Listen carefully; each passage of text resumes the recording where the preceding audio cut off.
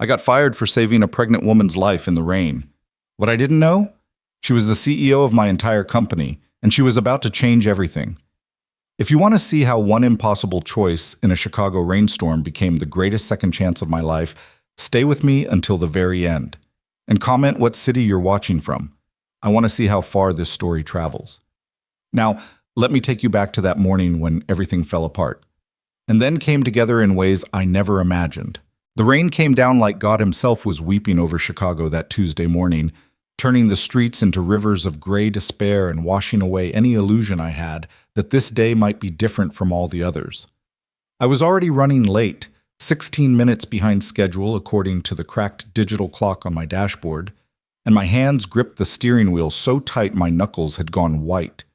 The wipers beat a frantic rhythm across my windshield, a metronome counting down to my professional execution.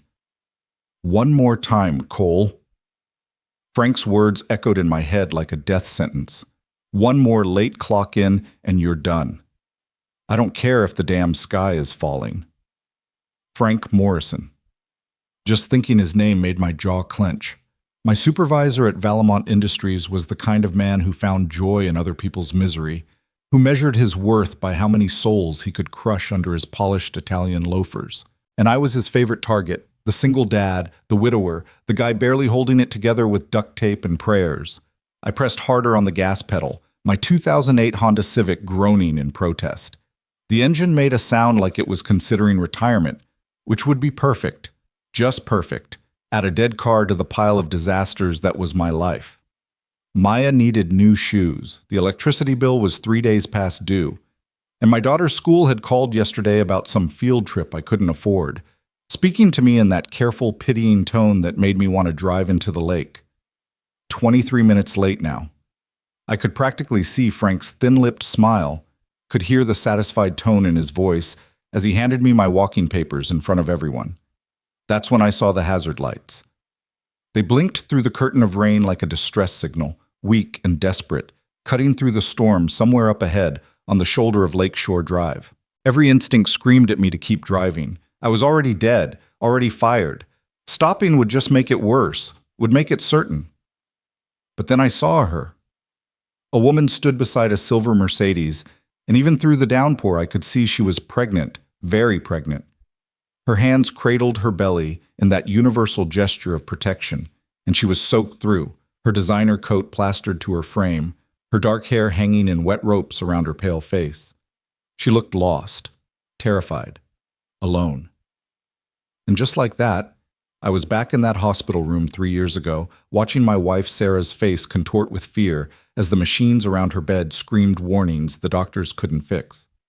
Watching her hand instinctively move to protect a belly that would never grow, protecting a future we'd never have because the cancer didn't care about our dreams. My foot hit the brake before my brain could catch up. "What are you doing?" I said out loud to my empty car, already pulling onto the shoulder behind her. "You're committing career suicide. Frank's going to crucify you." But I was already unbuckling my seatbelt, already reaching for the umbrella in my back seat, the good one, the one Maya had given me last Christmas with a card that read, "To Daddy, so you don't get wet going to work. Love, your sunshine." The rain hit me like a physical blow the moment I stepped out, immediately soaking through my shirt despite the umbrella. The woman turned at the sound of my door, and I saw her face clearly for the first time. Mid-30s, maybe. Beautiful in that effortless way that spoke of money and privilege, even drenched and desperate on the side of the road. But it was her eyes that stopped me cold. They held the same look Sarah's had, raw fear wrapped around fierce determination to protect. "Car trouble?" I called over the storm, jogging toward her with the umbrella raised. She flinched, then seemed to assess me in a single glance, wet office shirt, cheap tie, worried face, and decided I wasn't a threat. "It just died," she said, and her voice was steady despite the trembling I could see running through her. "I called to put away, but they said it could be an hour or more because of the weather. I need to get to a hospital. I'm having contractions." My heart dropped into my stomach. How far apart? 10 minutes, maybe less now. She wrapped both arms around her belly, her face tightening with pain. "But I'm only 34 weeks. It's too early. It's too—" "Okay." I moved the umbrella to cover her instead of me, immediately getting drenched for my trouble. My car's right here. Let me get you somewhere safe. She looked at my ancient Civic, then back at her Mercedes, warring with herself. Pride versus necessity. Desperation won. Are you sure? I don't want to. Ma'am, your baby doesn't care about inconvenience. I was already guiding her toward my car, one hand hovering near her elbow without actually touching, ready to catch her if she stumbled. Can you walk okay? I think so. Another contraction hit, and she gasped, doubling over slightly. I caught her arm, steadied her, felt how violently she was shaking, from cold or fear or both. Easy. We're almost there. Just a few more steps. I got her settled in the passenger seat, cranking the heat up high, even though it would make my old car smell like burning dust. She was shivering so hard her teeth chattered, and I felt a surge of fury at whoever should have been here with her, at whoever had left her alone. What hospital? I asked, already pulling back onto Lakeshore Drive. Northwestern Memorial. Do you know where? I know it. Of course I knew it. It's where Sarah died. Where I'd held her hand and watched her slip away while doctors murmured apologies they'd practiced in medical school. I pushed the thought away. We'll get you there. Do you have someone I should call? Your husband? Partner? Something flickered across her face, pain that had nothing to do with contractions. No, there's no one. It's just me and… She pressed her hand to her belly. Just us. The admission hung in the air between us, heavy with implications I didn't have time to examine. I focused on driving, on weaving through traffic that seemed determined to move at the pace of continental drift. What's your name? She asked suddenly. Ethan. Ethan Cole. Alexandra. She didn't offer a last name, and I didn't ask. Thank you, Ethan. You didn't have to stop. I glanced at her, this stranger I'd probably never see again, and something in my chest twisted. Yes, I did. We drove in silence for a few minutes, the only sounds the rain hammering on the roof and her breathing, which had turned sharp and shallow. I could see her in my peripheral vision, see the way she kept checking her phone, her face growing more pinched with each glance. Another contraction? I asked. 8 minutes this time. Her voice was tight. They're speeding up. I pressed harder on the gas. 31 minutes late now. Frank would be in rare form. I'd probably have security escort me out. The thought should have terrified me, but all I could think about was the woman next to me, fighting to keep her baby safe for just a little longer. Tell me something, Alexandra said suddenly. Distract me. What do you do for work? I almost laughed. I work at Valamont Industries. Or I did until about half an hour ago when I decided stopping to help you was more important than keeping my job. Her head whipped toward me. What? I was already late. My supervisor's been looking for a reason to fire me for months. This'll do it. I tried to keep my voice light, but I could hear the edge of panic underneath. But it's fine. It's worth it. Your baby's worth it. Ethan. She looked stricken. I can't let you lose your job because of me. When we get to the hospital, I'll call your work. I'll explain… Explain what? That I was 45 minutes late because I stopped to help someone? They don't care about reasons. They care about numbers on a timesheet. I shook my head. Besides, it's done. And I meant what I said. You and your baby matter more than any job. She was quiet for a long moment, studying me with an intensity that made me uncomfortable. You're a good man, Ethan Cole. I'm an unemployed man who's going to have to explain to his 8-year-old daughter why we can't afford her field trip to the Science Museum. The bitterness leaked out before I could stop it. Sorry, that's not your problem. You have a daughter? Maya, she's the best thing in my life. I felt the familiar ache in my chest, the one that came whenever I thought about all the things I couldn't give her. Her mom died 3 years ago. Cancer. It's been just the two of us since then. I'm so sorry. Alexandra's hand reached out, hesitated, then settled lightly on my arm. The touch was brief but warm. That must be incredibly hard. We manage. I pulled into the hospital's emergency entrance, my heart clenching at the familiar sight. Okay, we're here. Let me help you inside. I was around to her side of the car before she could protest, offering my arm for support. She took it, moving slowly, and I felt another contraction hit by the way her grip tightened painfully on my forearm. Breathe, I murmured, the same thing I used to say to Sarah during her treatments. In through your nose, out through your mouth. You're doing great. We made it through the automatic doors, and immediately the sharp smell of antiseptic and floor cleaner hit me like a punch to the gut. A nurse looked up from the desk, took one look at Alexandra, and was already moving. How far along? The nurse asked, already bringing a wheelchair. 34 weeks, Alexandra managed. Contractions about 7 minutes apart. Let's get you checked in. Sir, are you the father? No, I gave her a ride. I found her on the side of the road.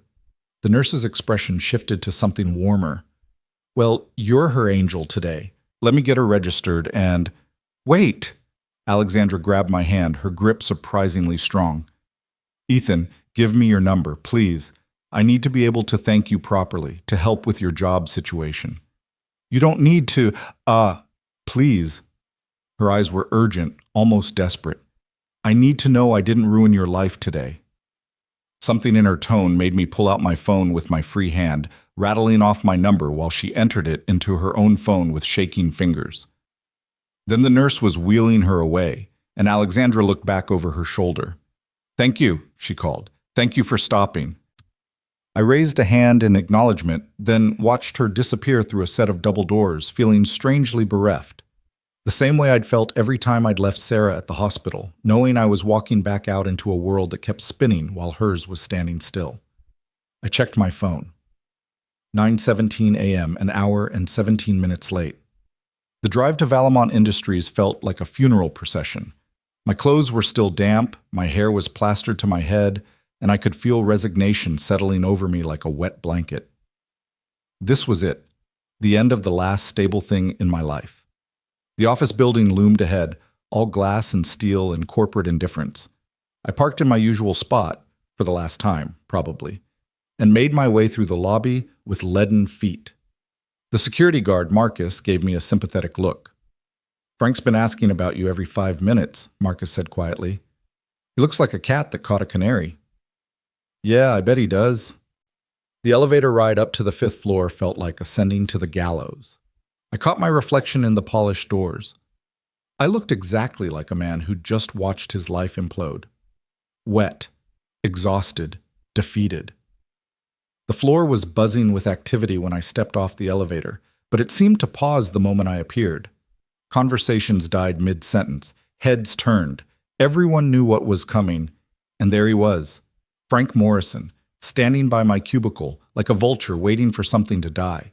His arms crossed over his chest and a smile on his thin face that made my skin crawl. Well, well, well. Frank's voice carried across the entire floor, intentionally loud. Look who decided to grace us with his presence. Tell me, Cole, what time is it? I kept walking toward him, refusing to look away. I know I'm late, Frank. I had an emergency. An emergency. He said it like the word was poisonous. Let me guess. Your kid was sick again? Your car broke down? You were abducted by aliens? A few nervous laughs rippled through the office. I'm done with your excuses. I told you exactly what would happen if you were late one more time. A woman needed help. I tried to keep my voice level, professional. She was pregnant and stranded in the storm. She was having contractions. I got her to the hospital. How noble! Frank's smile widened. How absolutely heroic. Tell me, Cole, do you think heroism pays your bills? Do you think your daughter eats because you played Good Samaritan instead of showing up to work on time? The mention of Maya made my hands curl into fists. Don't talk about my daughter. Why not? You're the one who keeps using her as an excuse for your incompetence. He pulled a folder from under his arm, my personnel file. 16 times late in the last 6 months. 16. Do you know what that does to department productivity? What kind of example that sets? Most of those were 5 minutes or less. I don't care if it was 5 seconds. Late is late. Rules are rules. And you, Ethan Cole, are done. He opened the folder, pulled out a termination form already filled out, and held it out like a trophy. Effective immediately. Security will escort you out. You have 10 minutes to clean out your cubicle. The words hit me like physical blows. I'd known it was coming, but hearing it said out loud made it real in a way that stole my breath. Behind Frank, I could see my coworkers watching with expressions ranging from pity to relief that it wasn't them. Frank, please. I hated the begging note in my voice, hated that he was reducing me to this. I need this job. My daughter needs... Your daughter needs a father who can show up on time. He thrust the paper at me. Sign it. I stared at the form, at my name printed in cold black letters next to words like terminated and cause and final. My hand trembled as I reached for the pen he offered. This was it.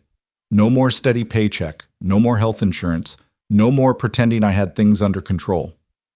I thought about Maya, about having to tell her we might lose the apartment, about the look on her face when I explained I'd lost my job because I stopped to help someone. She'd tell me I did the right thing, my sweet, wonderful daughter who inherited her mother's huge heart. But that wouldn't pay the rent. Tick-tock, Cole. Frank tapped his watch. Some of us have actual work to do. I signed. My signature looked like it belonged to someone else, someone whose hand wasn't shaking with suppressed rage and fear. Frank snatched the paper away, his smile now so wide it looked painful. Pleasure doing business with you. Security! 2 guards I knew, had joked with in the lobby, had shared coffee with, approached with apologetic expressions. I saved them the awkwardness. I know the way out. I went to my cubicle on autopilot. There wasn't much to pack. I'd never been allowed to personalize my space the way others did. A few personal items in the desk drawer, a photo of Maya at her last birthday, grinning gap-toothed at the camera while holding a homemade cake we'd baked together, a drawing she'd made of the 2 of us holding hands under a rainbow. "This is us being happy again, Daddy," she'd said when she gave it to me, "because Mommy wants us to be happy." I carefully placed both items in the small box they'd provided, feeling the weight of dozens of eyes on me. The security guards waited at a respectful distance while I gathered my things, while I became a cautionary tale for everyone else in the office. The walk to the elevator was the longest of my life. No one spoke to me. No one met my eyes. I was already a ghost, erased from the company roster before I'd even left the building. In the lobby, Marcus stopped me at the door. "I'm sorry, man," he said quietly. "For what it's worth, Frank's an asshole. Everyone knows it. Doesn't change anything." I shifted the box in my arms. "Take care of yourself, Marcus." The rain had slowed to a miserable drizzle, perfectly matching my mood. I sat in my car for a long time, staring at the box in the passenger seat, at the photo of Maya visible on top. She was smiling up at me, full of trust and love, and the absolute certainty that her dad could fix anything. I was going to have to tell her I couldn't fix this. My phone buzzed. A text from my neighbor, Mrs. Chen, who watched Maya after school. "Maya wants to know if you can pick up pizza for dinner. She says it's been too long since Pizza Thursday." Pizza Thursday. A tradition Sarah had started back when we could afford weekly treats without calculating the cost down to the dollar. I'd been canceling more and more lately, making excuses about diet or being too tired because the truth that we couldn't afford an extra $30 was too depressing to admit. I typed back, "We'll try. Running late from work." The lie tasted bitter even through text message. I drove home in a daze, my mind spinning through increasingly desperate scenarios. How long could I make my savings last? Could I pick up freelance work? Should I sell the car? Move to a cheaper apartment in a worse neighborhood with worse schools? By the time I pulled up to our building, an aging 3-story walk-up in a neighborhood that was up and coming, the same way a struggling plant was showing potential, it was nearly 11. The rain had stopped, leaving everything gray and dripping and exhausted. Mrs. Chen opened her door before I could knock, her lined face creased with concern. "Ethan, you look terrible. What happened?" "Long day." I couldn't bring myself to say it out loud yet. "Is Maya ready?" "She's doing homework at my table, but Ethan—" She caught my arm, her grip surprisingly strong for a 70-year-old woman. "You know I don't like to pry, but if you need help, if you need someone to watch Maya for free for a while..." The kindness nearly broke me. "Thank you, Mrs. Chen. That means everything, but we'll be okay." Another lie. I was collecting them today like other people collected parking tickets. Maya looked up when I entered Mrs. Chen's apartment, and her face lit up the way it always did when she saw me. Like I was the best thing in her world. It made my chest hurt. "Daddy!" She bounced up from the table, nearly knocking over her math worksheet. "You're home early. Does this mean we can do Pizza Thursday?" She was still in her school uniform, navy jumper over a white shirt, both inherited from a friend's older daughter. Her dark hair was pulled into slightly lopsided pigtails I'd done that morning, and she had a smudge of pencil lead on her cheek from erasing too enthusiastically. She looked exactly like Sarah. Same dark eyes, same dimples, same irrepressible spirit. "Hey, sunshine." I picked her up, even though at 8 she was really getting too big for it, and hugged her tight. She smelled like Mrs. Chen's apartment, green tea and old books and safety. "Let's get home first, okay? We need to talk." Her smile faltered. "Talk about what?" "Later, after you finish your homework." She studied my face with an intensity that reminded me she was far too perceptive for her age. 3 years of watching her mother die had made her grow up faster than any kid should have to. "Okay," she said finally, then turned to Mrs. Chen. "Thank you for the snack. Anytime, Bao Bei." Mrs. Chen smiled, but her eyes on me were worried. Our apartment was on the 3rd floor, and Maya chattered the whole way up the stairs, telling me about her day, about the spelling test she'd aced, about her friend Jessica's new puppy, about the substitute teacher who let them have extra recess. I made the appropriate sounds of interest while my mind spun through the conversation I'd have to have with her soon. Inside, our apartment was exactly as we'd left it that morning. Small, clean, shabby, home. 2 bedrooms, 1 bathroom, a kitchen-living room combo with mismatched furniture from thrift stores and hand-me-downs. Maya had decorated her room with her own artwork and fairy lights we'd gotten on clearance. My room was sparse. A bed, a dresser, a photo of Sarah on the nightstand. "Homework first," I said, even though I wanted nothing more than to collapse. "Then we'll talk." She settled at our small kitchen table while I pretended to sort through mail, watching her bent head and furrowed brow as she worked through math problems. She was smart. So smart. Her teacher said she was reading at a 6th grade level, that she had a gift for science, that she could go far with the right support. Support I couldn't afford anymore. "Done!" She looked up triumphantly. "Can we talk now?" I sat down across from her, trying to figure out how to explain unemployment to an 8-year-old.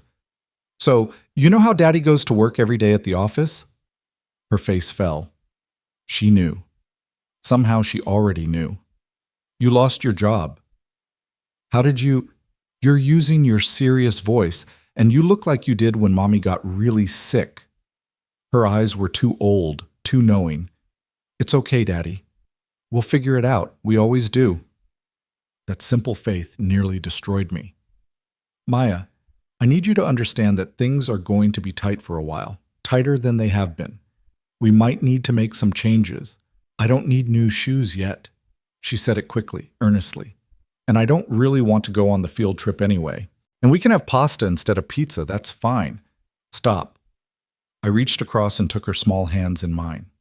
"You shouldn't have to worry about any of this. You're 8 years old. You should be worried about spelling tests and puppy dogs, not whether we can afford dinner." "But I want to help." Her chin jutted out stubbornly, pure Sarah in that moment. "Mommy always said we're a team."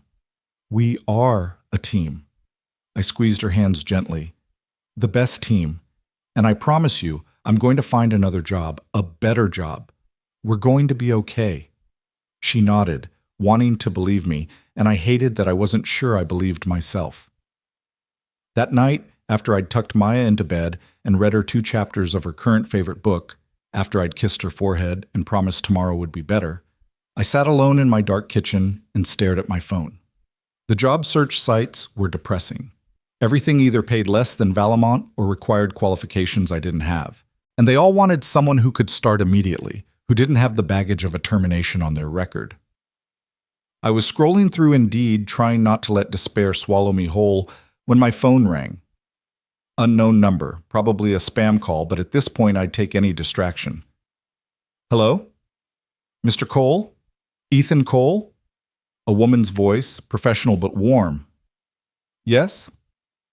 "This is Jennifer Hartley from Valamont Industries Human Resources. I'm calling regarding your employment status." My stomach dropped. Were they calling to rub it in? To make sure I understood I was blacklisted? "Listen, I signed the termination papers. Whatever Frank Morrison wants me to Mr. Cole, I'm not calling about your termination. I'm calling to inform you that there's been a situation. Can you come to the main office tomorrow morning at 9? A situation? I really can't discuss it over the phone. But please, Mr. Cole, it's important. Can you be there? I thought about my empty day tomorrow, my empty calendar, my empty bank account. I'll be there. Excellent. Ask for me at reception. And Mr. Cole, bring your employee badge if you still have it. She hung up before I could ask what was happening, leaving me staring at my phone in confusion. I barely slept that night, running through possibilities. Maybe they realized they'd fired me wrongfully. Maybe Frank had screwed up the paperwork. Maybe it was some kind of exit interview they'd forgotten to do. Or maybe they were going to serve me with some kind of legal papers. Maybe Frank was claiming I'd damaged company property or stolen something. My anxiety spiraled in the dark while rain started up again outside, tapping against the windows like accusations. At 8:30 the next morning, I was standing in Valamont's lobby in my only good suit, the one I'd worn to Sarah's funeral and then to every job interview since. Maya was at school, Mrs. Chen had agreed to pick her up, and I was about to walk back into the building I'd been escorted out of yesterday. Marcus raised his eyebrows when he saw me. Ethan, what are you, I got a call from HR, Jennifer Hartley? His expression shifted to something unreadable. Yeah, she's expecting you. 30th floor. The 30th floor. Executive level. I'd never been above the 5th floor in my entire time at Valamont. The elevator ride up felt like ascending into another world. Each floor that ticked by took me further from the Valamont I knew. The cramped cubicles and fluorescent lighting and break room with the perpetually broken coffee maker into something else entirely. The doors opened onto a reception area that looked like it belonged in a luxury hotel. Floor-to-ceiling windows overlooked the Chicago skyline. Real artwork on the walls. A receptionist who looked like she'd stepped out of a fashion magazine. Ethan Cole for Jennifer Hartley, I managed.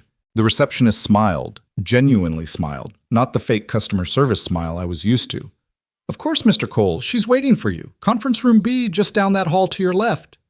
I followed her directions on legs that felt unsteady, my reflection in the polished floor showing a man who very clearly didn't belong here. Jennifer Hartley was waiting outside a conference room door. Mid-40s, platinum blonde hair in a perfect bun, wearing a suit that probably cost more than my monthly rent. She extended her hand with a warm smile. Mr. Cole, thank you for coming on such short notice. Please come in.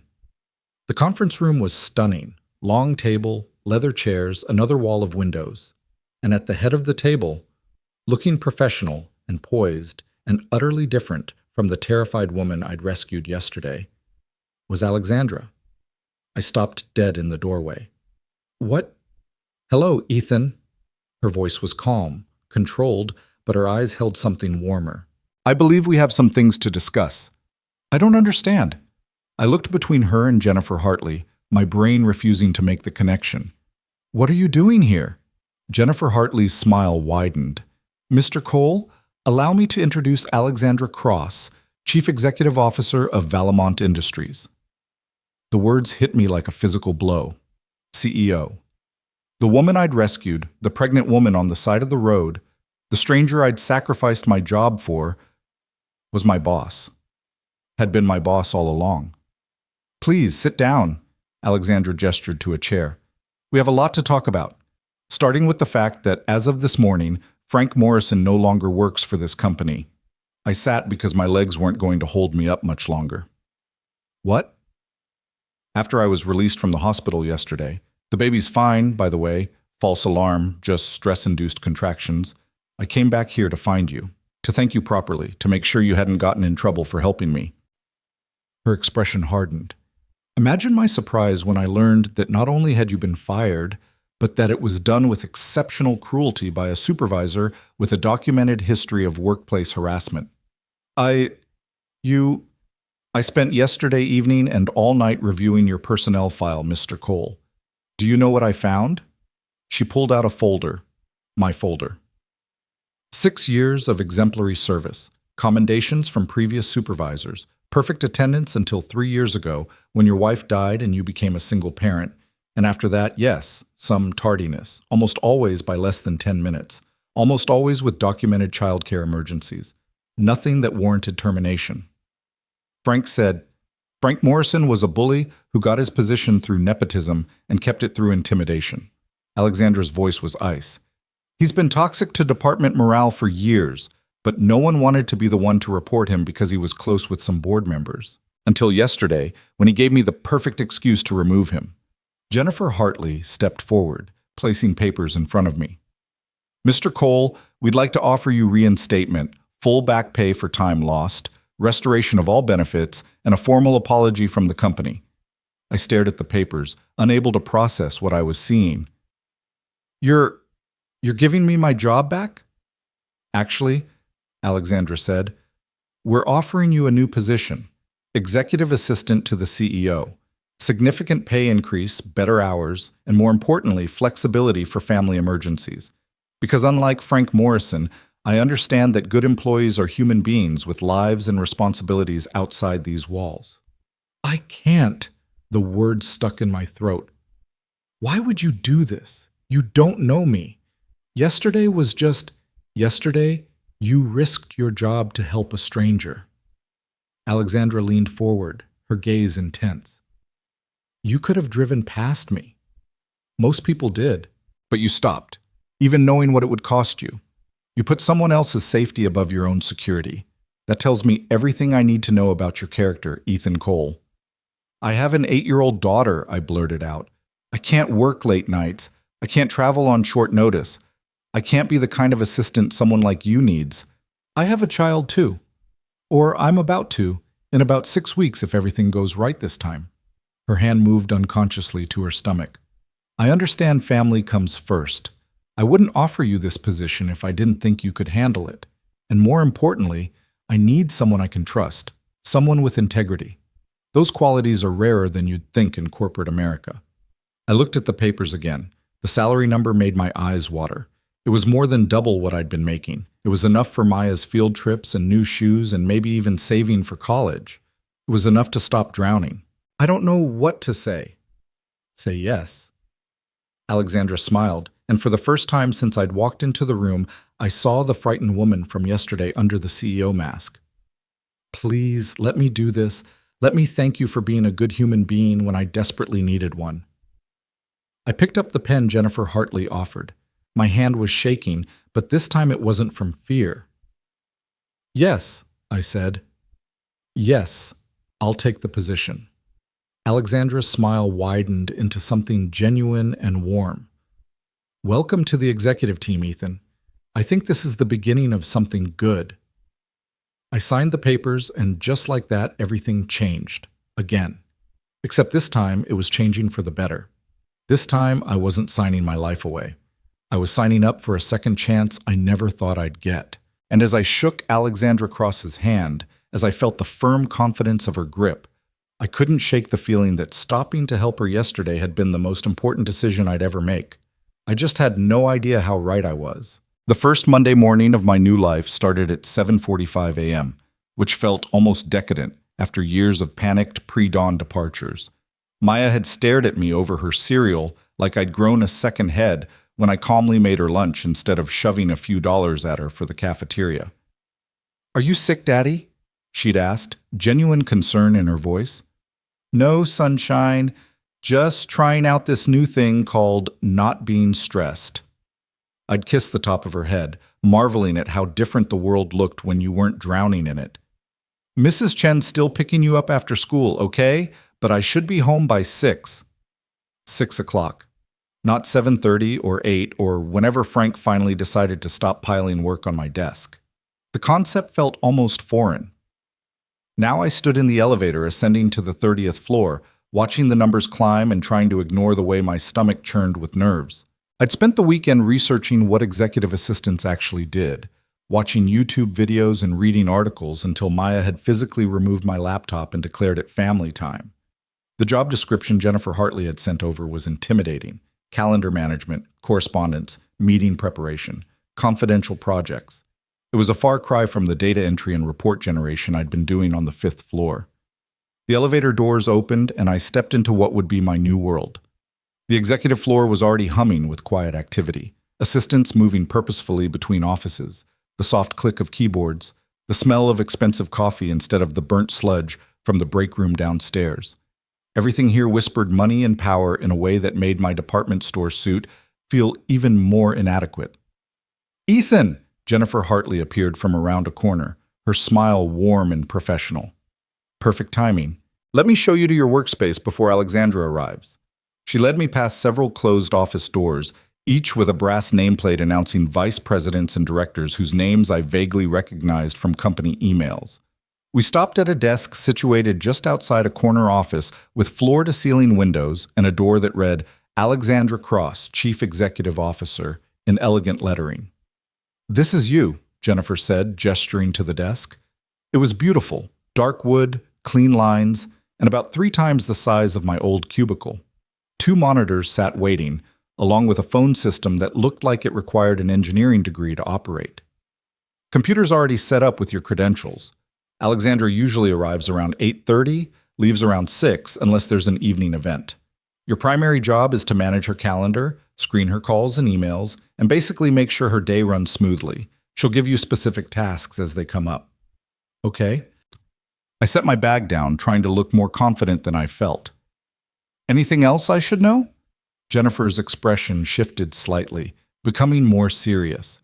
"Alexandra is brilliant, driven, and works harder than anyone I've ever met.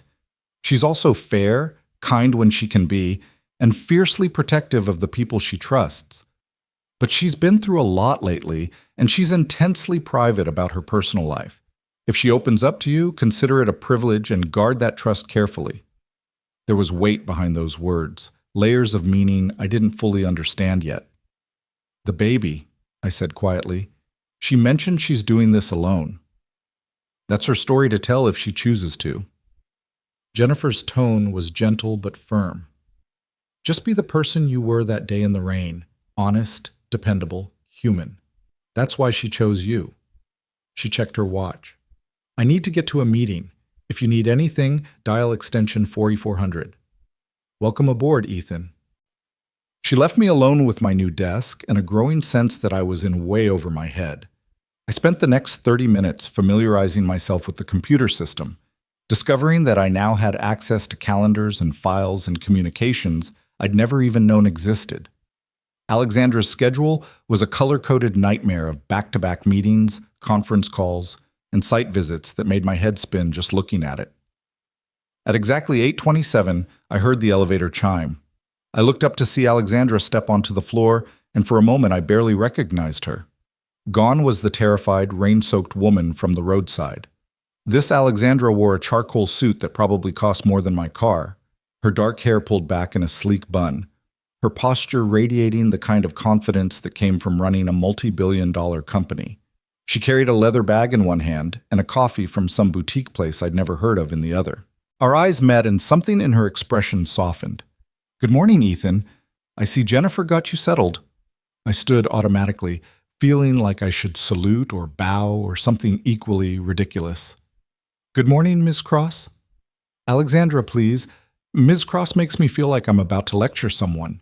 She paused at my desk, studying me with that same intense gaze from our interview. "How are you feeling? Overwhelmed? Terrified? Ready to run screaming back to the 5th floor?" The honest acknowledgement of what I was feeling made me relax slightly. "All of the above?" Her laugh was unexpected and genuine. "Good. That means you're smart enough to recognize the scope of the job. Come into my office. Let's talk about what your first week looks like." I followed her into the corner office, and despite my nerves, I couldn't help but be impressed.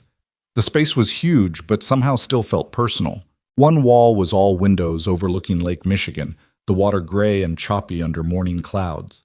Her desk was organized chaos, neat stacks of files, multiple monitors, a few personal touches that caught my eye. A framed photo of what looked like a younger Alexandra with an older couple, probably her parents. A small plant struggling valiantly to survive in the air-conditioned environment. And prominently displayed, a sonogram image, the grainy black and white showing the unmistakable curve of a baby's profile. Alexandra caught me looking, and her hand instinctively moved to her stomach. 28 weeks now. Everything's looking good after the scare last week. I'm glad. I meant it, remembering her fear in the car. Do you know what you're having?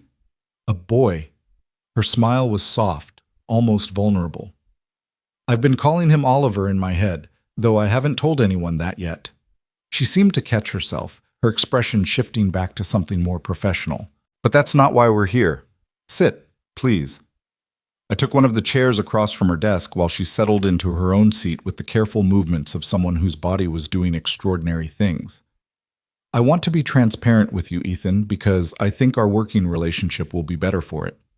Alexandra folded her hands on her desk, her gaze direct. I chose you for this position for several reasons. Yes, because of what you did last Tuesday, but also because I need someone I can trust absolutely. This company is in the middle of several sensitive negotiations, and there are people both inside and outside Valamont who would love to have access to my calendar, my communications, my plans. You'll be privy to information that could move stock prices or torpedo deals. I need to know that you understand the gravity of that. The weight of her words settled over me like a physical thing. I understand. I also need to know that if I have a doctor's appointment or a bad day or need to leave early because I'm growing a human being inside me that stays between us. The board knows I'm pregnant. I couldn't hide it much longer anyway. But they don't know the details. They don't know I'm doing this alone, and I'd like to keep it that way. Your private life is private, I said. I would never. I know you wouldn't. That's why you're here. She pulled out a leather-bound planner, flipping it open to a page covered in neat handwriting. Now, let's talk about how this is actually going to work. Your primary job is to be the gatekeeper between me and the rest of the world. That means you'll field calls, manage meeting requests, prioritize emails, and generally decide what actually needs my attention versus what can be handled by someone else. You'll also coordinate with the other C-suite assistants, prepare briefing materials for meetings, and occasionally handle special projects I'll assign directly. She walked me through the daily routine, arriving before her to review the day's schedule, having morning coffee ready with a brief rundown of priorities, managing lunch either in the executive dining room or brought to her office during working lunches, and end-of-day debriefs to plan for tomorrow. It was simultaneously more structured and more fluid than anything I'd done before. Questions so far? Alexandra asked. About 1 million, but I settled on the most immediate one. The phone system. I'm going to need a tutorial on that thing. Her laugh was warm. Jennifer said you were refreshingly honest. Don't worry, it's intimidating, but you'll get the hang of it. I'll have it come up and walk you through it. She glanced at her computer screen, her expression shifting. Speaking of which, my 9 o'clock just arrived early. Richard Thornton, VP of Operations. He tends to be condescending to anyone he perceives as beneath him, which unfortunately includes most of humanity. Don't let him push you around. Noted. I stood, then hesitated. Alexandra? Thank you. Again, for this chance. Something flickered in her expression. Gratitude, maybe, or relief. Thank you for stopping that day. I mean that, Ethan. You gave me more than a ride to the hospital. Before I could figure out how to respond to that, her phone buzzed with the notification that her meeting had arrived. I retreated to my desk, and moments later a man in his 60s strode past me without acknowledgement, leaving a trail of expensive cologne and entitlement in his wake. The morning passed in a blur of learning experiences. The phone system turned out to be less complicated than it looked once an incredibly patient IT technician named Marcus, not the security guard, apparently the name was popular at Valamont, walked me through it. I fielded exactly 17 calls, 12 of which I had to transfer to various departments after determining they didn't actually need the CEO. I scheduled 3 meetings, rescheduled 2 others when they conflicted, and spent an embarrassing amount of time figuring out how to work the printer.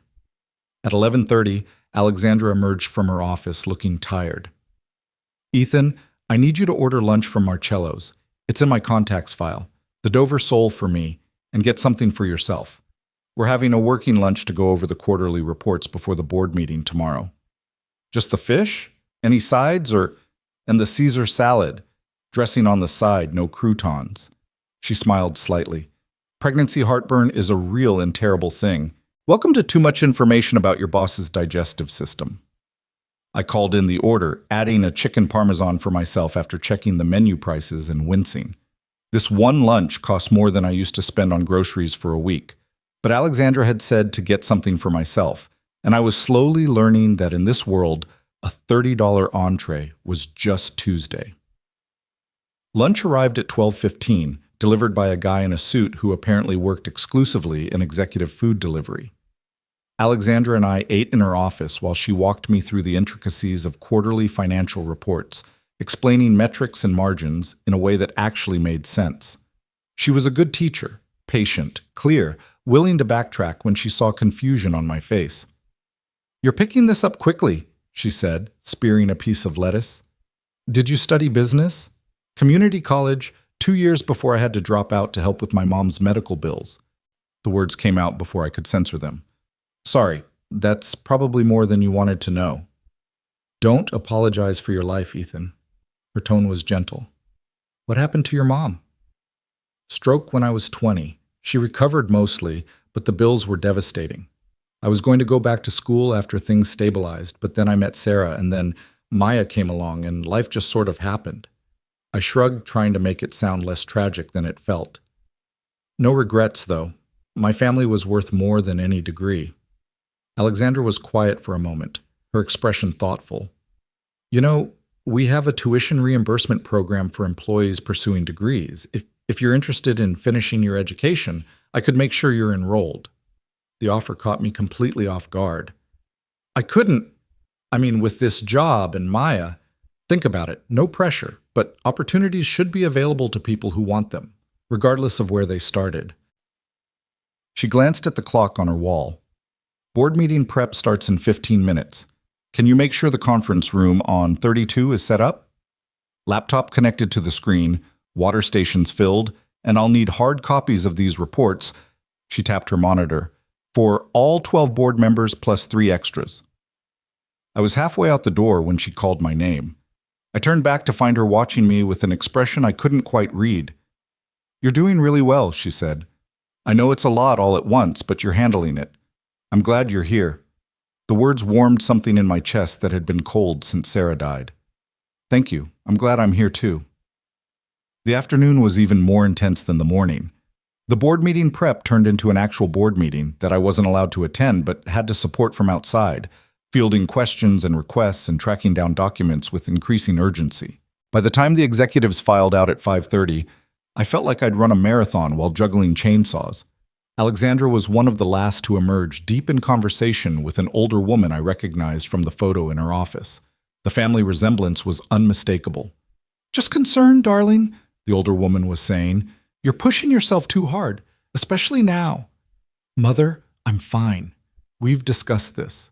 Alexandra's tone held a note of familiar frustration that transcended class and income brackets. Every adult child who'd had the same argument with a worried parent would recognize it.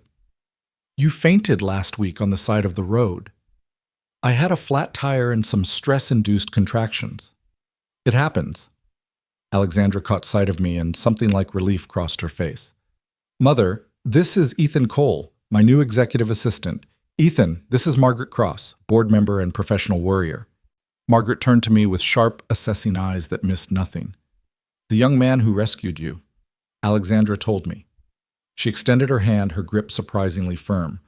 "Thank you for helping my daughter when she needed it." "Anyone would have done the same," I said automatically. "But they didn't, did they?" "You did." She turned back to Alexandra. "I like him. Much better than that cold fish you had before. What was her name, Jennifer? No, that's HR. The other one, Miranda, and she wasn't cold, she was professional. There's a difference." Alexandra pinched the bridge of her nose in a gesture I was beginning to recognize as her dealing with family tell. "Ethan, can you make sure my car is brought around? I need to drive my mother home before she decides to reorganize my entire life." "I live 20 minutes away, Alexandra. I have my own car." "Then I'll walk you to it so you can lecture me in private instead of in front of my new employee." I beat a hasty retreat to call down to the parking garage, listening to them bicker with the kind of affection that comes from years of practice. It made me think of Sarah's relationship with her own mother, the same mix of exasperation and deep love, the same dance of independence and concern. By the time Alexandra returned 15 minutes later, I'd shut down my computer and was preparing to leave for the day. She looked tired in a bone-deep way that went beyond just physical exhaustion. "Your first day," she said, leaning against my desk. How are you feeling? Like I learned more in 8 hours than I did in 6 years on the fifth floor. I grabbed my jacket from the back of my chair. But good. Tired, but good. It gets easier. The first week is always the hardest. She hesitated, then added, My mother means well, but she tends to overstep. If she corners you and starts asking personal questions, you have my permission to be politely evasive. Noted. Though for what it's worth, she clearly loves you very much. That's the problem with family. They love you enough to drive you absolutely insane. But she smiled as she said it, the expression soft and genuine. Go home, Ethan. Hug your daughter. I'll see you tomorrow. The commute home felt surreal. I'd taken the train this morning at Alexandra's suggestion. Parking in the executive garage cost more per month than I used to make in a week. And now I sat in the rattling L car watching the city slide past and trying to process the massive shift in my life. This time last week I'd been drowning, terrified, certain the bottom was about to drop out completely. Now I had a job that challenged me, a boss who seemed to value me as a human being, and a salary that meant Maya could have new shoes and field trips and maybe even some stability for the first time since Sarah died. Maya was at Mrs. Chen's when I arrived, and the look on her face when I walked in at 6:15 instead of 8 made the entire day worthwhile. You're home! She launched herself at me with the confidence of a child who knew she'd always be caught. Mrs. Chen said your new job might mean better hours, but I wasn't sure if… Better hours, I confirmed, swinging her in a circle before setting her down. And enough money that we can do Pizza Thursday this week if you want. Her eyes went wide. Really? Really, really? Really, really. In fact, why don't we do it tonight? Celebrate Daddy's first day? Mrs. Chen watched us from her kitchen doorway, her lined face creased with a smile. It went well then? The new position? Better than I could have hoped. I met her eyes, wanting her to understand how much her support had meant. Thank you for everything, Mrs. Chen, for watching Maya, for being patient when I couldn't pay you on time, for… She waved away my words with a dismissive hand. Family helps family. You and Maya are like family to me. Then her expression turned stern. But I'm glad things are looking up. That child needs stability, and you need to not look like you're carrying the weight of the world every day. Working on it, I promised. That night, sitting in our favorite pizza place, a local joint that was nothing fancy but made Maya's favorite mushroom and olive combination, I watched my daughter chatter excitedly about her day and felt something I hadn't felt in years. Hope. The rest of the week passed in a whirlwind of learning and adjustment. I gradually got better at anticipating Alexandra's needs, at understanding which calls were urgent and which could wait, at navigating the complex political landscape of corporate management where everyone smiled to your face while calculating how to use you for their own advantage. Richard Thornton, the VP Alexandra had warned me about, proved to be exactly as condescending as advertised. On Wednesday, he tried to bully me into giving him time on Alexandra's calendar by claiming it was urgent, only for her to later tell me he pulled that stunt weekly and I should ignore him unless she explicitly said otherwise. Richard thinks everything he does is the most important thing in the world, she'd said dryly. It's a side effect of being the nephew of a board member. He's never had to work for anything, so he doesn't understand why anyone would dare prioritize something else over his demands. I also met the other C-suite assistants, a tight-knit group who'd apparently been taking bets on how long I'd last. Marcus from IT told me the over-under had been 3 days. Nothing personal, explained Diane, who assisted the CFO. It's just that most people can't handle Alexandra's intensity. She's brilliant, but she expects the same level of excellence from everyone around her. Her last assistant quit after 6 months because she said the stress was too much. Miranda, I said, remembering Margaret's comment. That's the one. Beautiful woman, extremely competent, but she couldn't handle the pace. Alexandra needs someone who can roll with the punches. Diane studied me with frank appraisal. You seem like you've had practice at that. Single parent to an 8-year-old, I said. Rolling with punches is basically my job description. Diane laughed. Yeah, you might actually make it then. By Friday afternoon, I was exhausted, but settling into a rhythm. Alexandra had back-to-back meetings all day, and I'd successfully managed to coordinate with 3 different departments, reschedule a conference call with Tokyo to account for time zone issues, and solve a minor crisis involving a missing presentation file that turned out to be labeled incorrectly in the shared drive. At 4:30, Alexandra emerged from her last meeting looking particularly worn down. She pressed a hand to her lower back, wincing slightly, and I was reminded forcefully that she was doing all this while 6 months pregnant. "Rough afternoon?" I asked. "The board wants to push up the timeline on the Singapore expansion, which is fine, except it means completely reworking our projections and resource allocation." She sighed, sinking into the chair across from my desk like her legs couldn't hold her anymore. "And I have a doctor's appointment at 5 that I cannot miss, but I also have 80 emails I need to respond to before the weekend." "Give me your phone." The words were out before I could second-guess them. She blinked. "What?" "Your phone. I can screen the emails, flag anything that's actually urgent, and draft responses to the routine stuff for you to review Monday. You go to your doctor's appointment. Growing a healthy baby is more important than emails."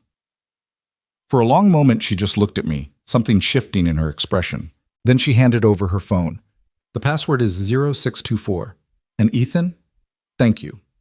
That's exactly the kind of initiative I was hoping for." She left for her appointment, and I spent the next hour sorting through her inbox. Most of it was routine: meeting confirmations, information requests, interdepartmental memos. I drafted polite responses to the ones I could handle, flagged the urgent ones, and filed the rest for later review. I was nearly done when an email caught my eye. The sender was Dr. Patricia Morrison from Northwestern Memorial, and the subject line read, "Obstetrics Follow-Up." I almost skipped past it. Personal medical stuff was definitely not my business. But something made me glance at the preview text visible in the inbox. "Alexandra, I wanted to follow up on our conversation regarding additional support during your pregnancy. As we discussed, given your history and the preview cut off there, but it was enough to make me frown." "Given her history?" "What history?"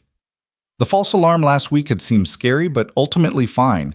But this email suggested there was something more, something Alexandra hadn't mentioned." I marked it as important and moved on, telling myself it wasn't my business. But the worry lingered. Alexandra returned just after 6, looking more relaxed than when she'd left. "Everything okay?" I asked. "Perfect. Oliver's measuring right on track, heartbeat strong, all the usual good news." Her smile was genuine, the kind that lit up her whole face. "And you? Make any executive decisions in my absence?" "Nothing too dramatic. Flagged about 15 emails that actually need your attention, drafted responses to another 20. The rest can wait." I handed back her phone. "There's one from your doctor marked important, personal medical stuff, so I didn't read beyond the preview." She glanced at the screen and something flickered across her face too quickly for me to identify. "Right. I'll handle that." "Thanks, Ethan." She checked her watch. "It's after 6. You should go home. Enjoy your weekend." "You're staying late?"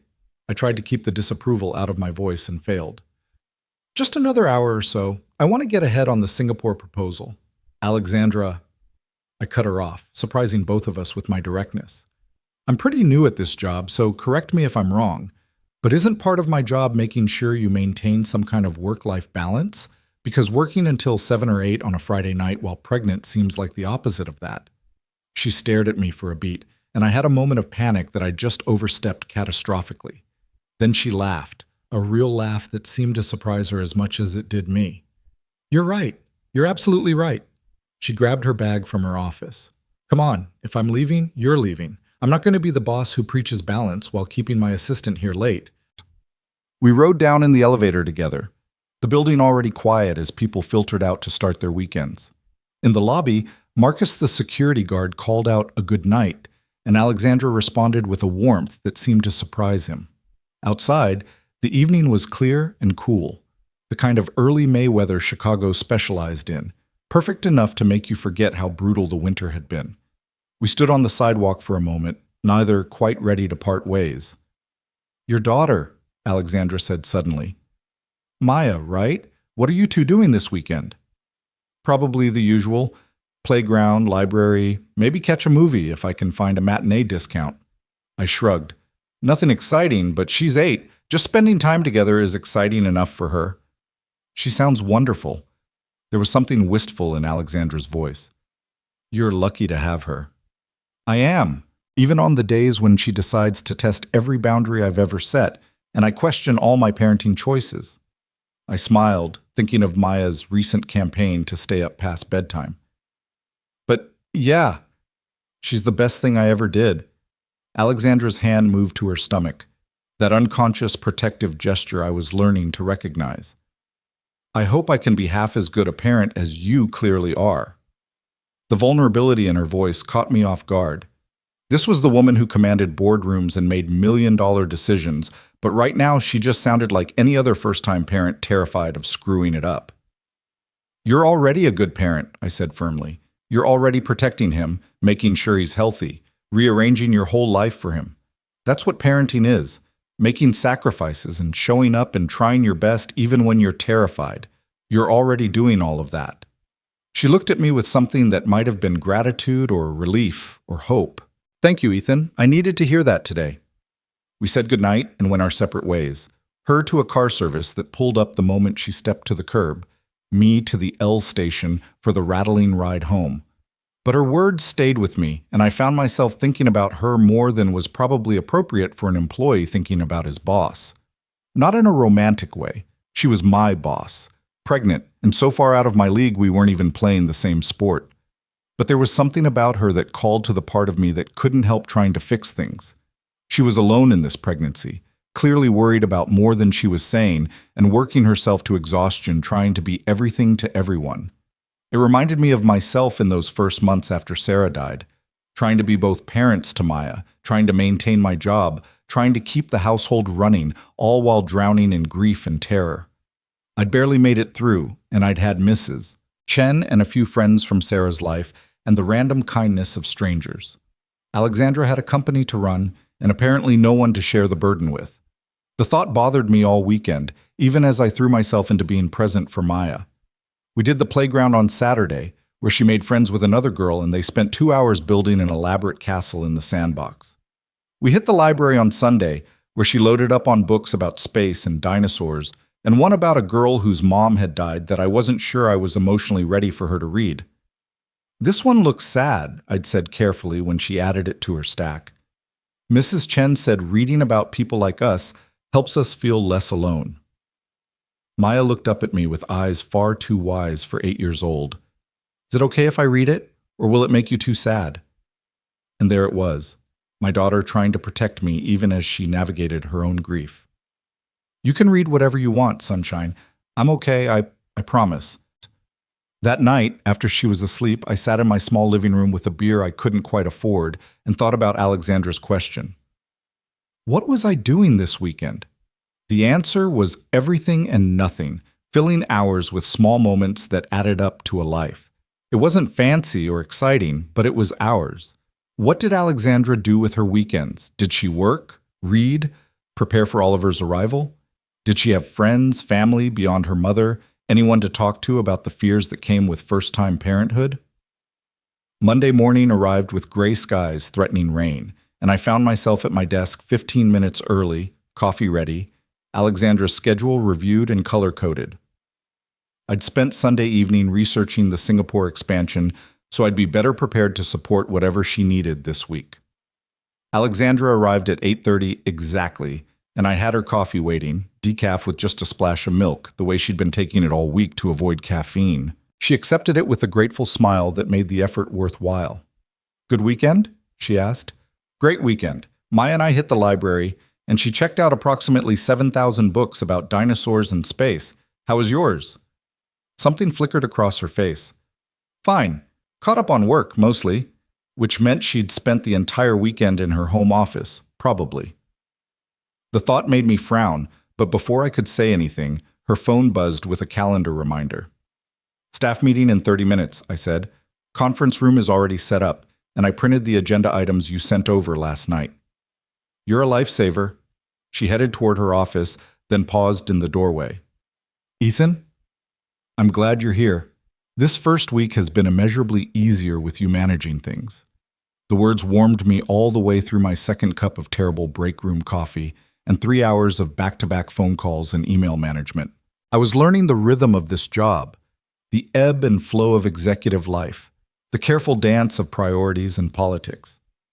It was almost lunchtime when Alexandra emerged from a meeting looking pale and unsteady. She gripped the edge of my desk, breathing carefully through her nose, and I was on my feet immediately. "What's wrong? Should I call your doctor?" "No, just—" She pressed a hand to her stomach. "Just Braxton Hicks contractions. They're normal, just uncomfortable. I need to sit down for a minute." I guided her to the chair by my desk, my hand hovering near her elbow, ready to catch her if she stumbled. "Water? Do you need water?" "Please." I grabbed a bottle from the mini fridge I'd discovered in the break room and handed it over, watching as she sipped slowly. The color was gradually returning to her face, but she still looked shaken. "How often is this happening?" I asked. "A few times a day. It's fine, Ethan. Really, Dr. Morrison said it's completely normal at this stage." "The same Dr. Morrison who sent you that email about additional support?" The words were out before I could think better of them. Alexandra's head snapped up, her eyes meeting mine with something that might have been fear. "You read my email?" "No, I saw the subject line and the preview text when I was sorting your inbox Friday. I didn't read it, I swear, but—" I stopped, took a breath, tried to find the right words. "Look, it's none of my business what your medical situation is, but if there's something I should know to help you better, to make sure you're not overdoing it." She was quiet for a long moment, studying me with that intense gaze that seemed to see straight through all my defenses. Finally, she sighed. "This isn't my first pregnancy," she said quietly. "I had a miscarriage last year, late second trimester, and before that, 2 earlier losses. Doctor Morrison is concerned about my stress levels and wants me to consider reducing my workload or taking early leave." The words hit me like a physical blow. 4 pregnancies, 3 losses. The fear I'd seen in her eyes that day in the rain suddenly made devastating sense. "I'm so sorry," I said, inadequate words for such profound loss. "I didn't tell you to make you feel sorry for me." Her voice was firm, despite the emotion underneath. "I told you because you're right. If you're going to help me manage my schedule, you should know why I sometimes need flexibility, why I might need to leave early for appointments, or why I'm paranoid about every twinge and pain." "Does your mother know? The board?" "My mother knows. The board knows I'm pregnant, but not about the previous losses. As far as they're concerned, this is my first pregnancy and everything is perfectly routine." She met my eyes. "And I'd like to keep it that way. Can I trust you with this?" "Of course. Always." I didn't even have to think about the answer. "What do you need from me?" "Just this. Being understanding when I need to slow down. Helping me protect time for appointments and rest without making it obvious that I'm worried. And maybe," she hesitated, "maybe occasionally reminding me that working 16-hour days isn't actually good for Oliver, even when I'm convinced I need to." "I can do that." I pulled out my phone, already making notes. "Starting with moving your 2 o'clock meeting so you can actually have lunch instead of working through it again. You've eaten at your desk every day this week." "Ethan." "Nope. Part of my job, remember? Making sure you maintain work-life balance, which includes eating actual meals." I was already typing up an email to reschedule. "And I'm blocking an hour every afternoon on your calendar for administrative work, which is code for you getting to actually breathe without someone demanding your attention." "You're managing me," she said, but there was amusement in her voice. "I'm assisting you. That's literally my job title." I hit send on the email, feeling oddly satisfied. "Now, what do you actually want for lunch? And don't say a salad from your desk." She laughed, the sound genuine and warm, and for a moment the professional distance between us dissolved into something that felt almost like friendship. "Surprise me," she said. "Something with actual nutritional value that I'll actually want to eat. Think you can handle that, Executive Assistant Cole?" "Watch me, boss." And just like that, our relationship shifted into something new.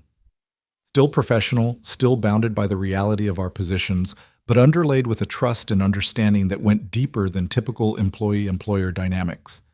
I didn't know it yet, but that moment, her trusting me with her fears, me stepping up to protect her, would become the foundation of something neither of us expected. Something that would change both our lives in ways we couldn't yet imagine. The weeks that followed settled into a rhythm that felt both natural and revolutionary.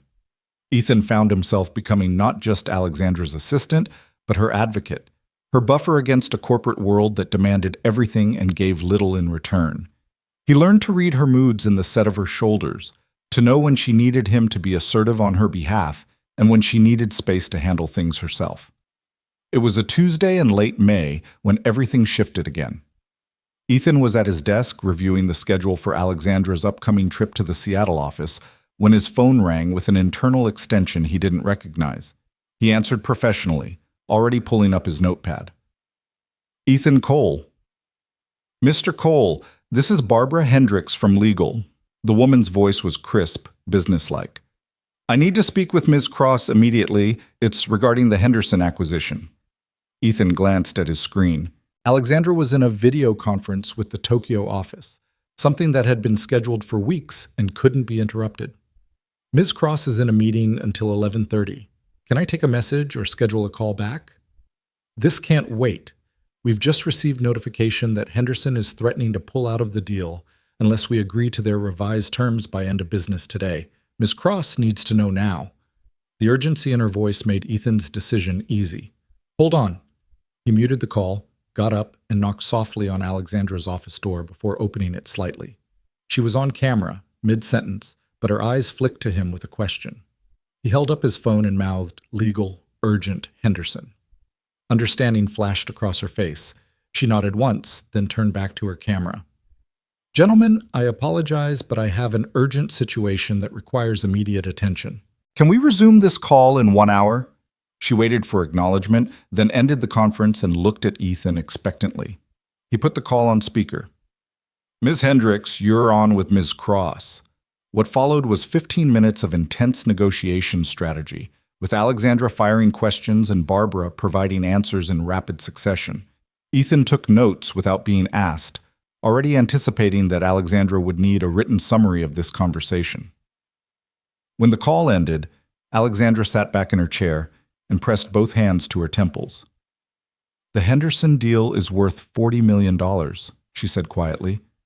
"If it falls through because they're getting cold feet, that's going to make the board very unhappy, especially Richard's uncle, who pushed hard for this acquisition. What do you need from me?" She looked up, and he saw the exhaustion there, the weight of responsibility that never seemed to lift. "Call Barbara back and tell her I'll review the revised terms within the hour. Then block out my afternoon, cancel anything that isn't absolutely critical. I need to run numbers and consult with the finance team before I can make a decision on this." "Consider it done." Ethan paused at the door. "Have you eaten anything today?" "Ethan, that's what I thought. I'm ordering lunch. You're going to eat it while you work, and I don't want to hear any arguments about not having time." He softened his tone. "You can't make good decisions if your blood sugar is in the basement. And Oliver needs actual nutrition, not just stress hormones." Her expression shifted from exasperation to something warmer. "You're getting very comfortable bossing around the CEO." "Someone has to. You're terrible at taking care of yourself." He grinned to take the sting out of the words. "Besides, you hired me to make your life easier. Let me do my job." "Fine, but nothing heavy. My stomach's been off all morning." He ordered soup and bread from the place she liked, then spent the next hour systematically clearing her afternoon schedule. Most people were understanding when he explained there was an urgent situation requiring the CEO's attention. Richard Thornton was not. "This is the third time this month she's canceled on me." Richard's voice dripped with condescension through the phone. "Perhaps you should remind Ms. Cross that some of us have priorities that matter to the company's bottom line." Ethan felt his jaw tighten. "Mr. Thornton, Ms. Cross is currently managing a $40 million acquisition that's threatening to collapse. I'm sure she'd be happy to discuss your department's supply chain optimization proposal once that's resolved. How does Thursday at 2 sound?" "Thursday? That's 3 days away. Or the following Monday. Those are the options currently available." Ethan kept his voice professionally pleasant while internally enjoying Richard's frustrated sputter. "This is unacceptable. I'm going to speak to Alexandra directly about your attitude." "You're welcome to do that, sir. In the meantime, should I pencil you in for Thursday or Monday?" There was a long pause. "Thursday, 2 o'clock. And tell Alexandra I expect more than 20 minutes this time." Ethan made the notation, ended the call, and allowed himself a small smile of satisfaction. Diane had been right. Standing up to Richard felt good. The afternoon passed in organized chaos. Alexandra worked through lunch while Ethan fielded calls and coordinated with various departments. By 4 o'clock, she'd made her decision.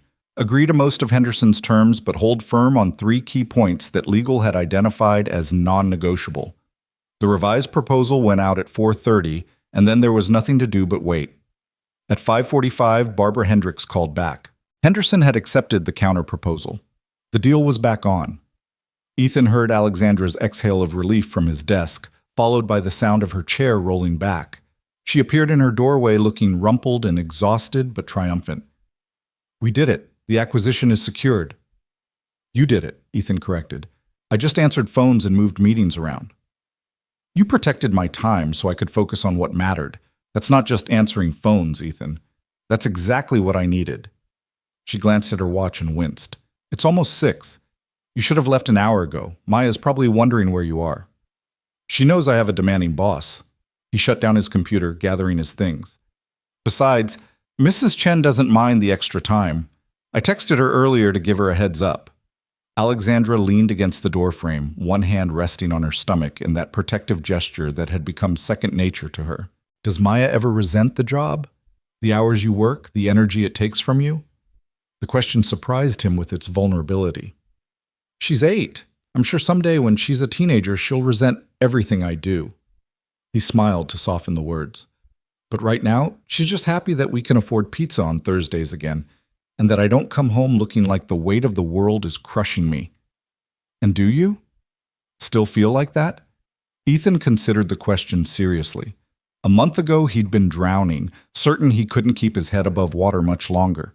Now he was tired, challenged, sometimes overwhelmed, but no longer drowning. "No, this job is hard, but it's good hard. It matters, and I'm good at it." "You are." Alexandra pushed off from the doorframe, wincing slightly at the movement. "Very good at it. I don't know what I did before you got here, honestly."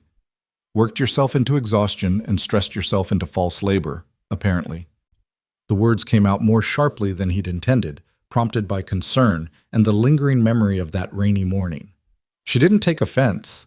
Instead, she smiled ruefully. "Touché. I suppose I deserve that." She grabbed her bag from her office, movement slower than usual. "Come on, if I'm making you work late, the least I can do is share a car service home. Where do you live?" "Logan Square." "But you don't have to—" "Logan Square is on the way to my place. Let me do this, Ethan. Please." There was something in her voice that made him agree, some note of loneliness that reminded him she'd spent the entire day under crushing pressure with no one to share the victory with except an employee she'd known for less than a month. The car service pulled up within minutes, a sleek black sedan that made Ethan hyper-aware of his department store suit and scuffed shoes. But Alexandra didn't seem to notice or care, settling into the back seat with a soft groan of relief. 32 weeks, she said, catching his questioning look. "Everything hurts all the time, and I'm only going to get bigger. It's glamorous, let me tell you." Sarah used to say pregnancy was nature's way of making you so uncomfortable that labor seems like a relief by comparison. The memory came with less pain than it used to, softened by time and distance. "Your wife sounds like she was a wise woman." "She was. Funny, too. She could find humor in anything, even dying." Ethan stared out the window at the Chicago streets sliding past in the evening light. "Toward the end, when she knew she wasn't going to make it, she made me promise to find someone else eventually. Said she refused to have me moping around being noble and alone for the rest of my life." "Have you? Found someone else?" "No. Between work and Maya and just trying to survive, there hasn't been time, or energy, or honestly, inclination." He turned back to find Alexandra watching him with an expression he couldn't quite read. "What about Oliver's father? I know you said you're doing this alone, but I've been curious about the story there. You don't have to tell me if it's too personal." She was quiet for so long he thought she wasn't going to answer. Then she sighed, her hand moving to her stomach again. "There is no father, not in the traditional sense. I used IVF with a sperm donor from a clinic." She said it matter-of-factly, but Ethan could hear the defensiveness underneath. "I'm 36 years old. I've spent the last decade building my career, and every relationship I've had has either been with men who were intimidated by my success or men who wanted to use my position for their own advancement. After the third miscarriage, I realized I was running out of time to have the family I wanted, so I decided to do it myself. That's incredibly brave. She looked at him sharply, as if expecting judgment or pity. Finding neither, her expression softened. Or incredibly foolish? Most days I go back and forth. Why would it be foolish to go after what you want? To refuse to let circumstance or other people's limitations determine your future? Ethan shook his head. That sounds like the same determination that made you CEO of a Fortune 500 company. I don't see why it would be different for family. Because running a company and raising a child are entirely different things. One has metrics and benchmarks and quarterly reviews. The other is just stumbling through and hoping you don't completely screw up a tiny human who didn't ask to be born into your complicated life. Her voice cracked slightly on the last words. The car pulled up in front of Ethan's building, but he made no move to get out. Can I tell you something my mother-in-law said to me right after Sarah died? I was falling apart, convinced I couldn't possibly be both parents to Maya, certain I was going to fail her in every way that mattered. What did she say? She said that love and showing up are 90% of parenting.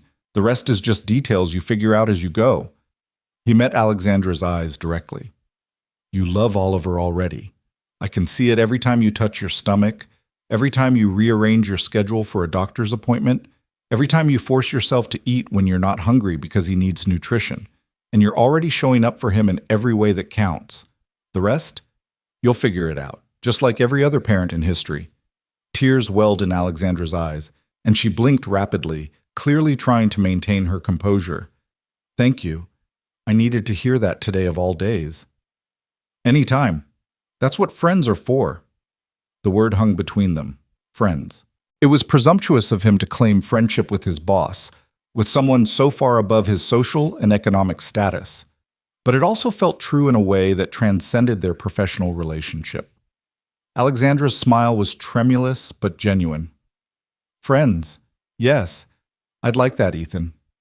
He got out of the car feeling like something significant had shifted between them, though he couldn't quite name what. As the sedan pulled away, he stood on the sidewalk for a moment, watching it disappear into evening traffic and wondering what exactly he'd gotten himself into. The next morning brought a surprise. Ethan arrived at his desk to find a gift bag sitting on his chair with a card attached. Inside was a high-end leather portfolio with his initials embossed on the front, along with a set of expensive pens. The card read, "Thank you for protecting my time yesterday and for the conversation on the way home. You're more than an assistant. You're an answer to a prayer I didn't know I'd prayed. Ethan ran his fingers over the soft leather, touched by the gesture in a way that felt disproportionate to the actual gift.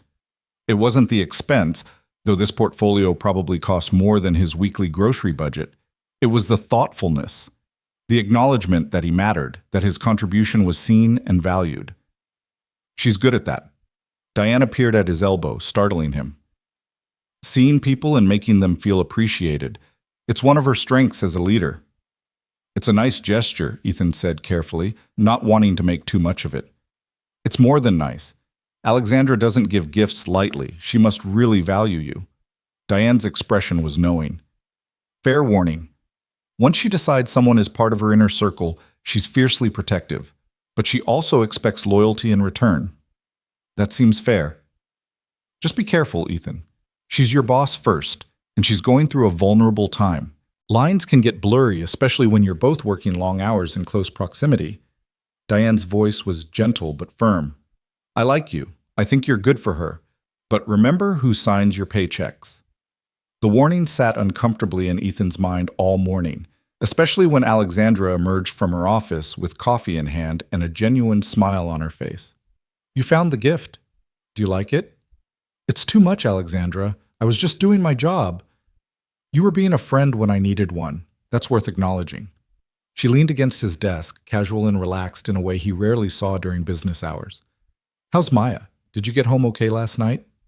Late, but fine. She was already asleep, but Mrs. Chen said she'd had a good day. He pulled up his calendar, trying to redirect the conversation to safer, more professional territory. You have the finance committee meeting in 20 minutes, then lunch with the mayor's office, then... Ethan. Her voice was soft. You're allowed to have personal conversations with me. Actually, I'd prefer them. Spending 10 hours a day with someone who only talks to me about meetings and schedules sounds exhausting. I just don't want to presume you're not presuming. I'm explicitly inviting you to treat me like a human being instead of just a job title. She smiled at his discomfort. Tell me something about Maya.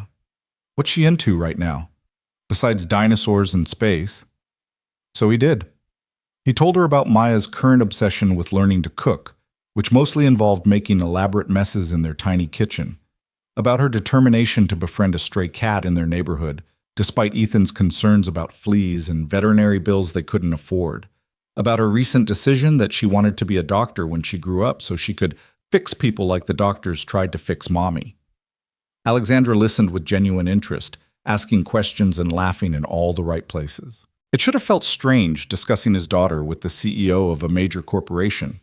Instead, it felt natural, easy, like they'd been friends for years instead of weeks. She sounds amazing, Alexandra said when he finished. I'd love to meet her sometime, if that wouldn't be weird. Why would it be weird? I don't know.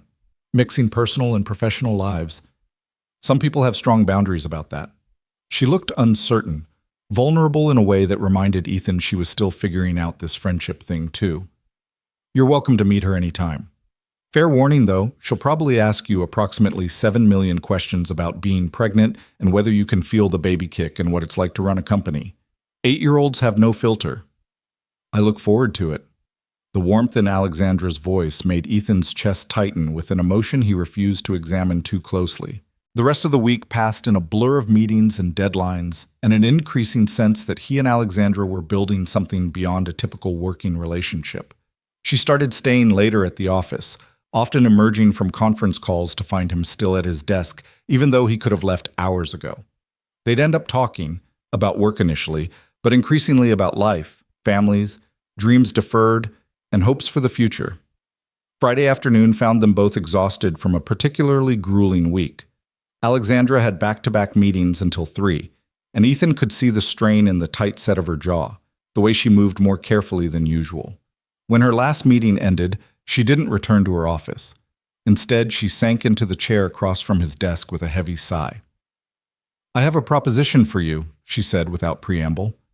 Ethan looked up from the expense reports he'd been reviewing. I'm listening. I'm supposed to go to a charity gala tomorrow night. It's one of those events I can't skip. Major donors, board members, all the people who matter to Valamont's public image. She made a face. I hate these things in general, and the thought of spending 3 hours making small talk while my feet swell and strangers touch my stomach without permission sounds like torture. Sounds awful, Ethan agreed. Come with me, as my +1. She said it quickly, like she was worried she'd lose her nerve. I know it's a Saturday and you have Maya, but I'll pay for a babysitter, and you'd be doing me a huge favor.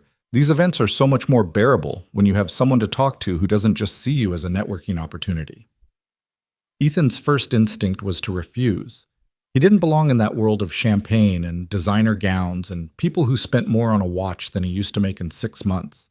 But looking at Alexandra's face, seeing the genuine hope there mixed with exhaustion and what looked like loneliness, he found himself nodding. Okay, but I have to warn you, I don't own a tuxedo. That's fine. I'll have one sent to your apartment, size 42 long, right?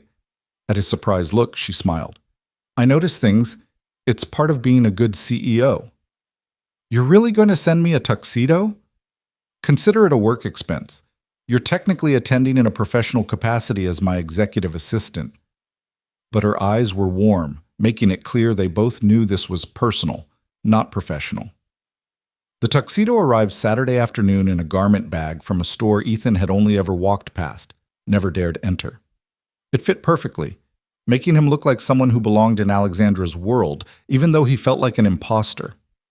Maya was beside herself with excitement, insisting on taking approximately 40 pictures of him before Mrs. Chen arrived to babysit. You look like a prince, Daddy. She adjusted his bow tie with serious concentration. Is Ms. Alexandra going to be your date? It's not a date, sunshine. It's work. Maya gave him a look that was far too knowing for an 8-year-old. Mommy used to say that sometimes the best things start out pretending to be work. Before Ethan could figure out how to respond to that, the car service arrived. He kissed Maya goodbye, promised not to stay out too late, and found himself being driven to Alexandra's address in Lincoln Park. The building was exactly what he expected: elegant, secure, expensive. The doorman called up to announce him, then directed him to the elevator with the kind of polite deference that made it clear Ethan was expected. Alexandra answered her door in a blue dress that somehow managed to be both elegant and accommodating of her pregnancy.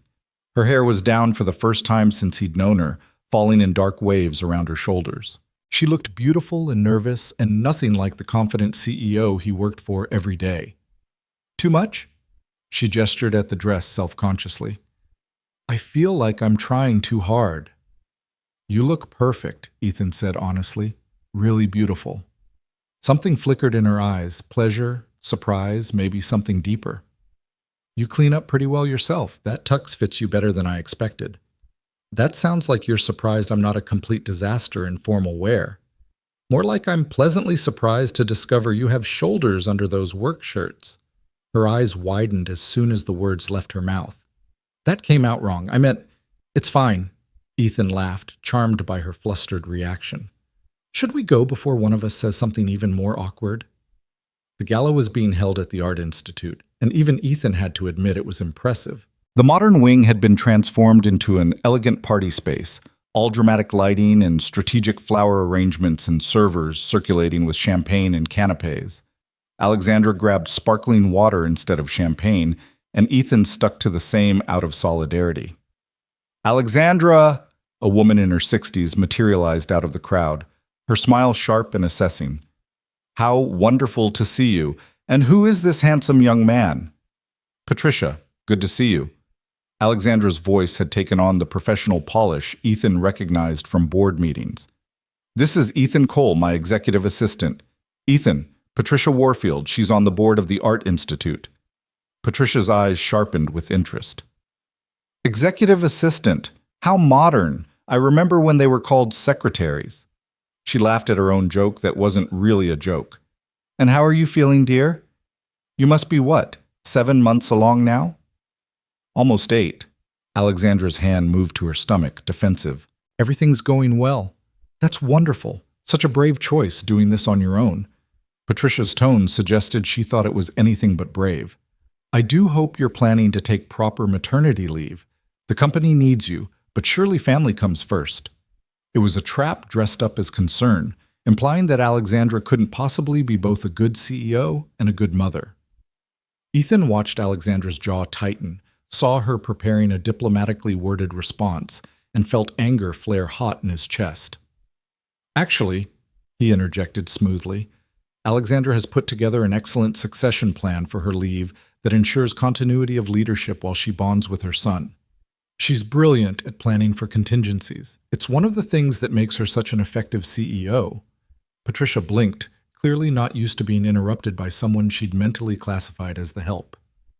"I see. Well, that's good to hear." She turned to Alexandra with a smile that didn't reach her eyes. "He's very protective of you. How sweet." After Patricia excused herself, Alexandra turned to Ethan with an expression that mixed amusement and gratitude. "You just defended me to one of the most influential women on the board." She was being condescending and implying you couldn't handle both the job and motherhood. Someone needed to shut that down. "My hero." She said it lightly, but her eyes held genuine warmth. "Come on, let's get some food before someone else corners us with backhanded compliments." They spent the next hour navigating the social minefield of the gala together. Ethan quickly learned the rhythm, let Alexandra lead in conversations, but stay close enough to provide support when needed. He rescued her from a monotonous conversation with a museum donor who wanted to talk about his golf game. She returned the favor by smoothly extracting them from a group where Richard Thornton was holding court and looking their way with obvious displeasure. "He's going to make Monday interesting," Alexandra murmured as they escaped to a quieter corner. "Richard doesn't like being ignored at these things. Richard doesn't like anyone who won't kiss his feet and tell him he's brilliant." Ethan handed her a plate of the appetizers he'd collected. "Eat something. You've been nursing that water for an hour." "Yes, Mother?" But she took the plate, nibbling on a small sandwich. "This is much better than I thought it would be. Having you here, I mean. Usually these events feel like 3 hours of performance art where I play the role of confident, successful woman while internally screaming. And tonight? Tonight I get to be a person instead of a persona. It's a nice change. She looked out at the party, her expression thoughtful. Do you ever feel like you're constantly performing, pretending to be what everyone expects instead of who you actually are? Every day for the last 3 years, Ethan admitted. The competent single dad who has everything under control, the reliable employee who never complains, the guy who's totally fine and definitely not one crisis away from falling apart. He paused. Except lately, I've been feeling less like I'm performing and more like I'm actually becoming that person. Because of the job? Because someone gave me a chance when I desperately needed one. Because for the first time since Sarah died, I'm not just surviving, I'm actually living. He met her eyes. So thank you for that. For seeing something in me worth investing in. Alexandra was quiet for a long moment, emotions flickering across her face too quickly to identify. You're going to make me cry, she said finally, and I'm wearing makeup that cost more than it should to have it ruined by tears. We can't have that. Ethan offered his arm in an exaggerated courtly gesture. Shall we dance? That seems like the appropriate thing to do at these fancy events. I haven't danced in years, and I'm very pregnant. So we'll go slow. Come on, trust me. She slipped her hand into the crook of his elbow, and he led her to the dance floor where other couples swayed to string quartet music. He kept his hand respectfully on her waist, mindful of her condition, and they moved together in a gentle circle. See? Not so bad, Ethan said. Actually, it's really nice. Alexandra's voice was soft, intimate in a way that made his breath catch. Thank you for coming tonight, Ethan, for being here, for all of it. There's nowhere else I'd rather be. The words hung between them, weighted with meaning neither of them was quite ready to acknowledge. They danced in silence, the world narrowing down to just the two of them swaying together while music played and conversation buzzed around them like distant static. In that moment, Ethan realized with startling clarity that somewhere along the way this had stopped being just about gratitude or professional respect. He cared about Alexandra deeply, genuinely cared in a way that felt dangerous and inevitable all at once. And judging by the way she looked at him, her eyes soft and vulnerable and hopeful, she felt it too. The question was what they were going to do about it. But that was a problem for another day. Tonight, they danced. The Monday after the gala arrived with an unexpected tension crackling through the air of the executive floor. Ethan felt it the moment he stepped off the elevator, the sidelong glances from other assistants, the way conversations seemed to pause when he walked past, the weight of speculation and gossip that clung to him like humidity before a storm. Diane caught him at the coffee station, her expression carefully neutral. So, you and Alexandra at the gala, people are talking. We attended a work function together. That's what assistants do. Ethan kept his voice level, professional, even as his stomach churned with unease. You danced with her. Multiple people saw you, and according to Patricia Warfield, who apparently tells everyone everything, you were quite cozy together all evening. Diane's tone wasn't accusatory, just matter of fact. I'm not judging, Ethan, but you need to be aware that people are going to make assumptions. Let them. We didn't do anything wrong. I know that, you know that, but corporate politics don't care about truth. They care about perception. She touched his arm gently. Just be careful. Alexandra has enemies here, people who would love to find something to use against her. And you're visible now in a way you weren't before. The warning sat like lead in Ethan's stomach as he made his way to his desk. Alexandra's office door was already open, and he could hear her on a phone call, her voice clipped and professional. He busied himself with reviewing her schedule, trying to ignore the paranoid feeling that everyone was watching him. When Alexandra finally emerged from her office at 9:30, she looked exhausted despite it being early morning. Dark circles shadowed her eyes, and she moved with the careful deliberation of someone in pain. Rough night? Ethan asked, keeping his voice low. Oliver decided to practice his kickboxing skills on my ribcage from midnight until 4. She accepted the coffee he handed her with a grateful smile. Thank you. You're a lifesaver. Have you eaten anything? Not yet. I'll grab something. No, you won't. You'll get caught up in meetings and forget until you're dizzy and nauseous. Ethan was already pulling up the delivery app on his phone. I'm ordering you actual breakfast. The protein-heavy kind that will keep you going until lunch. When did you become so bossy? The day you hired me to manage your life. He placed the order, then looked up to find her watching him with an expression he couldn't quite read. What? Nothing, just thinking about how much things have changed in 2 months. She leaned against his desk, one hand pressed to her lower back. Patricia Warfield called me yesterday. Apparently we're the talk of the charity circuit. Ethan's jaw tightened. What did she say? Nothing explicit. Just a lot of pointed comments about how devoted you seem, how unusual it is for an executive assistant to be so personally involved in their boss's life. Alexandra's tone was light, but he could hear the concern underneath. She suggested I might want to be careful about appearances. Do you want me to maintain more distance? Be less... He struggled for the right word. Less whatever it is I'm being? God, no. The vehemence in her voice surprised them both. Ethan, you're the only person in my life right now who treats me like a human being instead of a chess piece or a business opportunity. I'm not giving that up because Patricia Warfield has too much time on her hands and not enough actual problems. But if it's causing issues for you, let me worry about that. You just keep doing what you're doing. She straightened with a wince. Speaking of which, what's on the agenda today? They fell into their morning routine, reviewing meetings, prioritizing emails, discussing strategy for the day ahead. But something had shifted since Saturday night, some invisible line that had been crossed without either of them explicitly acknowledging it. They stood closer than necessary when reviewing documents. Their conversations lingered beyond what was strictly professional, and when their hands accidentally brushed reaching for the same file, neither of them pulled away immediately. The breakfast Ethan ordered arrived, and he brought it into her office, setting it on her desk with deliberate care. Eat, all of it. I'm going to check. You really are becoming insufferable. But she was smiling as she said it, already unwrapping the breakfast sandwich. Someone has to look after you. You're terrible at it yourself. Ethan turned to leave, then paused at the door. Alexandra? Saturday night, dancing with you? That wasn't just professional courtesy on my part. I want you to know that. He left before she could respond, his heart hammering against his ribs. It was reckless to acknowledge the growing feelings between them, stupid to risk the best job he'd ever had, and the friendship he'd come to depend on. But watching her work herself to exhaustion, seeing her navigate the loneliness of impending single motherhood, had made it impossible to maintain the professional distance everyone seemed to think was so important. The rest of the morning passed in a blur of meetings and phone calls. Richard Thornton stopped by at 10:30, ostensibly to discuss quarterly projections, but really to make pointed comments about the gala. I saw you there with Alexandra, Richard said, his tone dripping false friendliness. Didn't realize executive assistants were invited to those events these days. Ms. Cross needed a +1. I was available.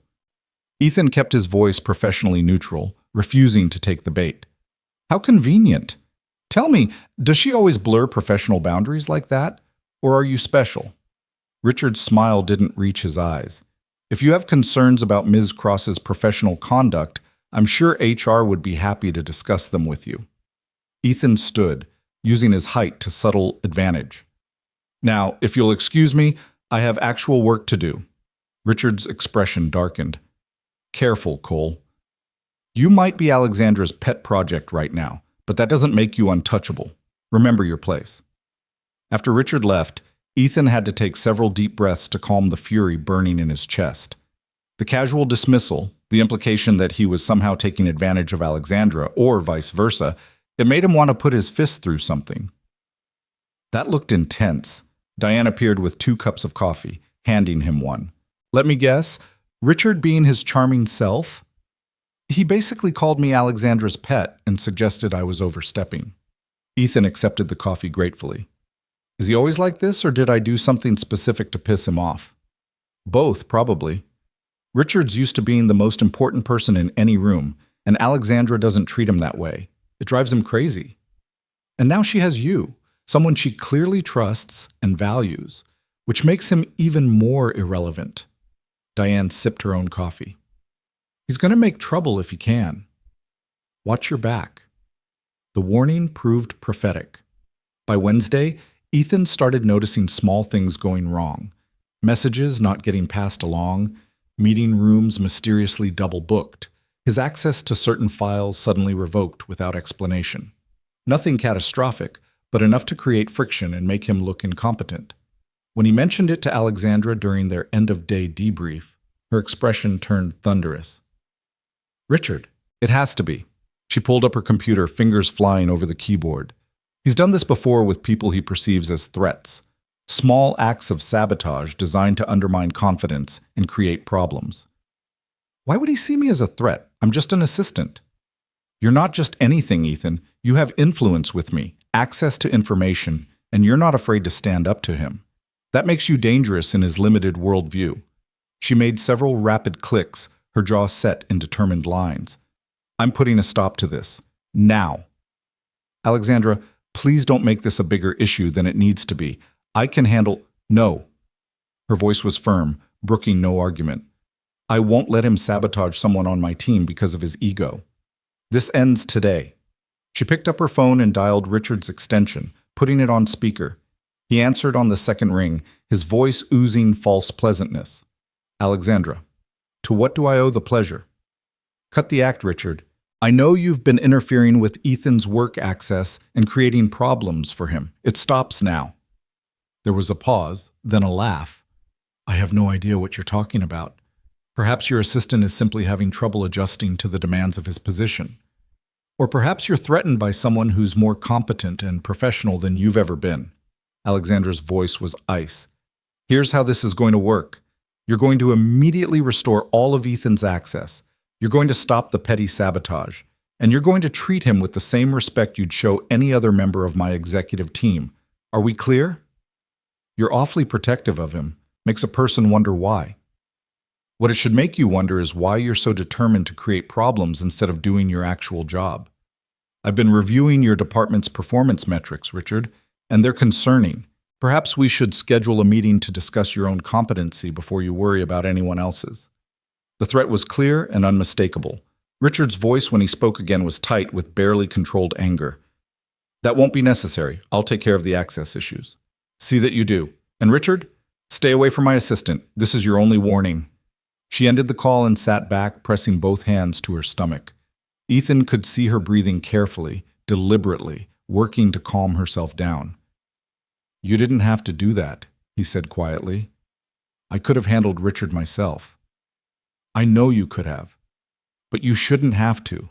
And I won't let him bully you because he's upset that I value your opinion more than his. She looked up, her eyes fierce. You're part of my team, Ethan. That means something to me. It means I protect you. The intensity in her voice made something warm and dangerous unfurl in his chest. Thank you for standing up for me. Always. She held his gaze for a long moment, something unspoken passing between them. Then she seemed to catch herself, glancing at the clock. It's almost 7. You should go home to Maya. I have a few more things to finish up here. Not a chance. If you're staying, I'm staying. Ethan settled back in his chair, making it clear he wasn't budging. Besides, Maya's at a sleepover tonight. I've got nowhere to be. Alexandra smiled, soft and genuine. Then I guess you're stuck with me for dinner. There's a Thai place that delivers. They know my order by heart at this point. They ordered dinner and ate in her office, the city lights glittering below them as night settled over Chicago. The conversation flowed easily, moving from work to personal topics and back again. Alexandra told him about growing up as the daughter of self-made millionaires, the pressure to excel, the loneliness of being constantly compared to impossible standards. Ethan talked about his mother's stroke and dropping out of school, about meeting Sarah and thinking he'd found his forever only to have it ripped away far too soon. Do you think you'll ever want to get married again? Alexandra asked, pushing her food around with her chopsticks. Honestly, I don't know. The thought of loving someone that much and potentially losing them again terrifies me. Ethan set down his own chopsticks, considering the question seriously. But I also don't want to live the rest of my life alone. And Maya deserves to see what healthy love looks like, to know that loss doesn't mean you stop trying. That's very wise. What about you? Would you ever want a partner in this? Someone to share parenting with? Alexandra was quiet for a long moment, her hand moving to her stomach in that protective gesture he'd come to recognize. I thought I was okay doing this alone. Convinced myself I didn't need anyone else, that wanting partnership was weakness. She looked up, and in her eyes he saw vulnerability and hope and fear all tangled together. But lately I've been wondering if maybe I was wrong. If maybe wanting help doesn't make you weak, it just makes you human. The words hung between them, heavy with implication. Ethan knew he should say something professional, should maintain the boundaries that were already dangerously blurred. Instead, he heard himself say, "You deserve someone who sees how incredible you are. Someone who wants to be there for you and Oliver, not because they have to, but because they can't imagine being anywhere else." "Do I?" Her voice was barely above a whisper. "Yes. Absolutely yes." They stared at each other across her desk, the air thick with everything they weren't saying. Then Alexandra's phone buzzed with an urgent email, breaking the moment, and they both retreated into the safety of work discussions. But something had been acknowledged, some truth neither of them could take back. And when Ethan finally left at 9:30, he carried it home with him like a secret too fragile to examine in the light. The next 2 weeks passed in a strange limbo. They continued working together seamlessly, their professional partnership stronger than ever. But underneath ran a current of awareness, of possibility, that neither of them seemed ready to address directly. They found excuses to stay late together. Their casual touches lingered longer than necessary. And sometimes Ethan would look up to find Alexandra watching him with an expression that made his heart race. It was Maya who finally forced the issue, in the way only 8-year-olds can. She'd been asking to meet Alexandra for weeks, and Ethan had been putting it off with vague promises of soon and when schedules align. But on a Friday afternoon in mid-June, Alexandra mentioned she had no plans for the weekend, and before Ethan could think better of it, he heard himself inviting her to lunch with him and Maya on Saturday. "Are you sure?" Alexandra asked, surprise and pleasure mixing in her voice. "I don't want to intrude on your time with your daughter." "You're not intruding. Maya's been begging to meet you. Fair warning, though, she will ask you approximately 7,000 questions and have no shame about any of them." Alexandra laughed. "I can handle an inquisitive 8-year-old. What time and where?" They decided on a casual lunch at a family-friendly restaurant in Lincoln Park, neutral territory that wouldn't feel too formal. Ethan spent Friday evening trying to explain to Maya that she needed to be on her best behavior. "I'm always on my best behavior," Maya protested, completely sincere despite abundant evidence to the contrary. "Just remember, Miss Alexandra is my boss. So we need to be respectful and not ask really personal questions, like why she's having a baby by herself." Maya's eyes were wide and innocent. "Especially like that." Saturday arrived sunny and warm, one of those perfect Chicago summer days that made everyone forget the brutal winter. Ethan and Maya arrived at the restaurant first, and he spent the waiting time trying to calm his irrational nervousness. This was just lunch with his boss and his daughter. Nothing weird or significant about it. Then Alexandra walked in, and Ethan's breath caught in his throat. She wore a simple sundress that accommodated her now obvious pregnancy, her hair loose around her shoulders, sunglasses pushed up on her head. She looked younger than she did in the office, more relaxed, more like the woman he had danced with at the gala than the CEO who commanded boardrooms. Maya bounced up from her seat the moment she spotted them. "Ms. Alexandra, you're here, and your belly is so big. Can I feel the baby kick? Daddy said I had to ask permission first before touching anyone's belly, because that's good manners." Alexandra laughed, delighted rather than offended. "Good manners are very important, and yes, you may feel if he starts kicking, though he's been pretty quiet this morning." They settled into the booth. Maya wedged herself right next to Alexandra instead of sitting with Ethan, much to his embarrassment, and ordered lunch. Maya immediately launched into her promised interrogation. "So why are you having a baby all by yourself? Did your husband die like my mommy? Or did you just not want one?" "Maya," Ethan started, mortified, but Alexandra just smiled gently. "It's okay, Ethan. Those are fair questions." She turned to Maya, giving her the full attention she'd give any adult. "I'm having Oliver by myself because I haven't found the right person to be a partner yet. But I really wanted to be a mom, so I decided not to wait anymore." "That's brave," Maya said seriously. Mrs. Chen says it takes a village to raise a child. Do you have a village? I'm working on building one. Your dad is actually a really important part of it. He helps me remember to take care of myself and not work too much. Oh, good. Daddy's really good at taking care of people. He took care of Mommy when she was sick, and now he takes care of me, so he probably has extra caring left over for you and Oliver. The simple, childlike logic made both adults fall silent.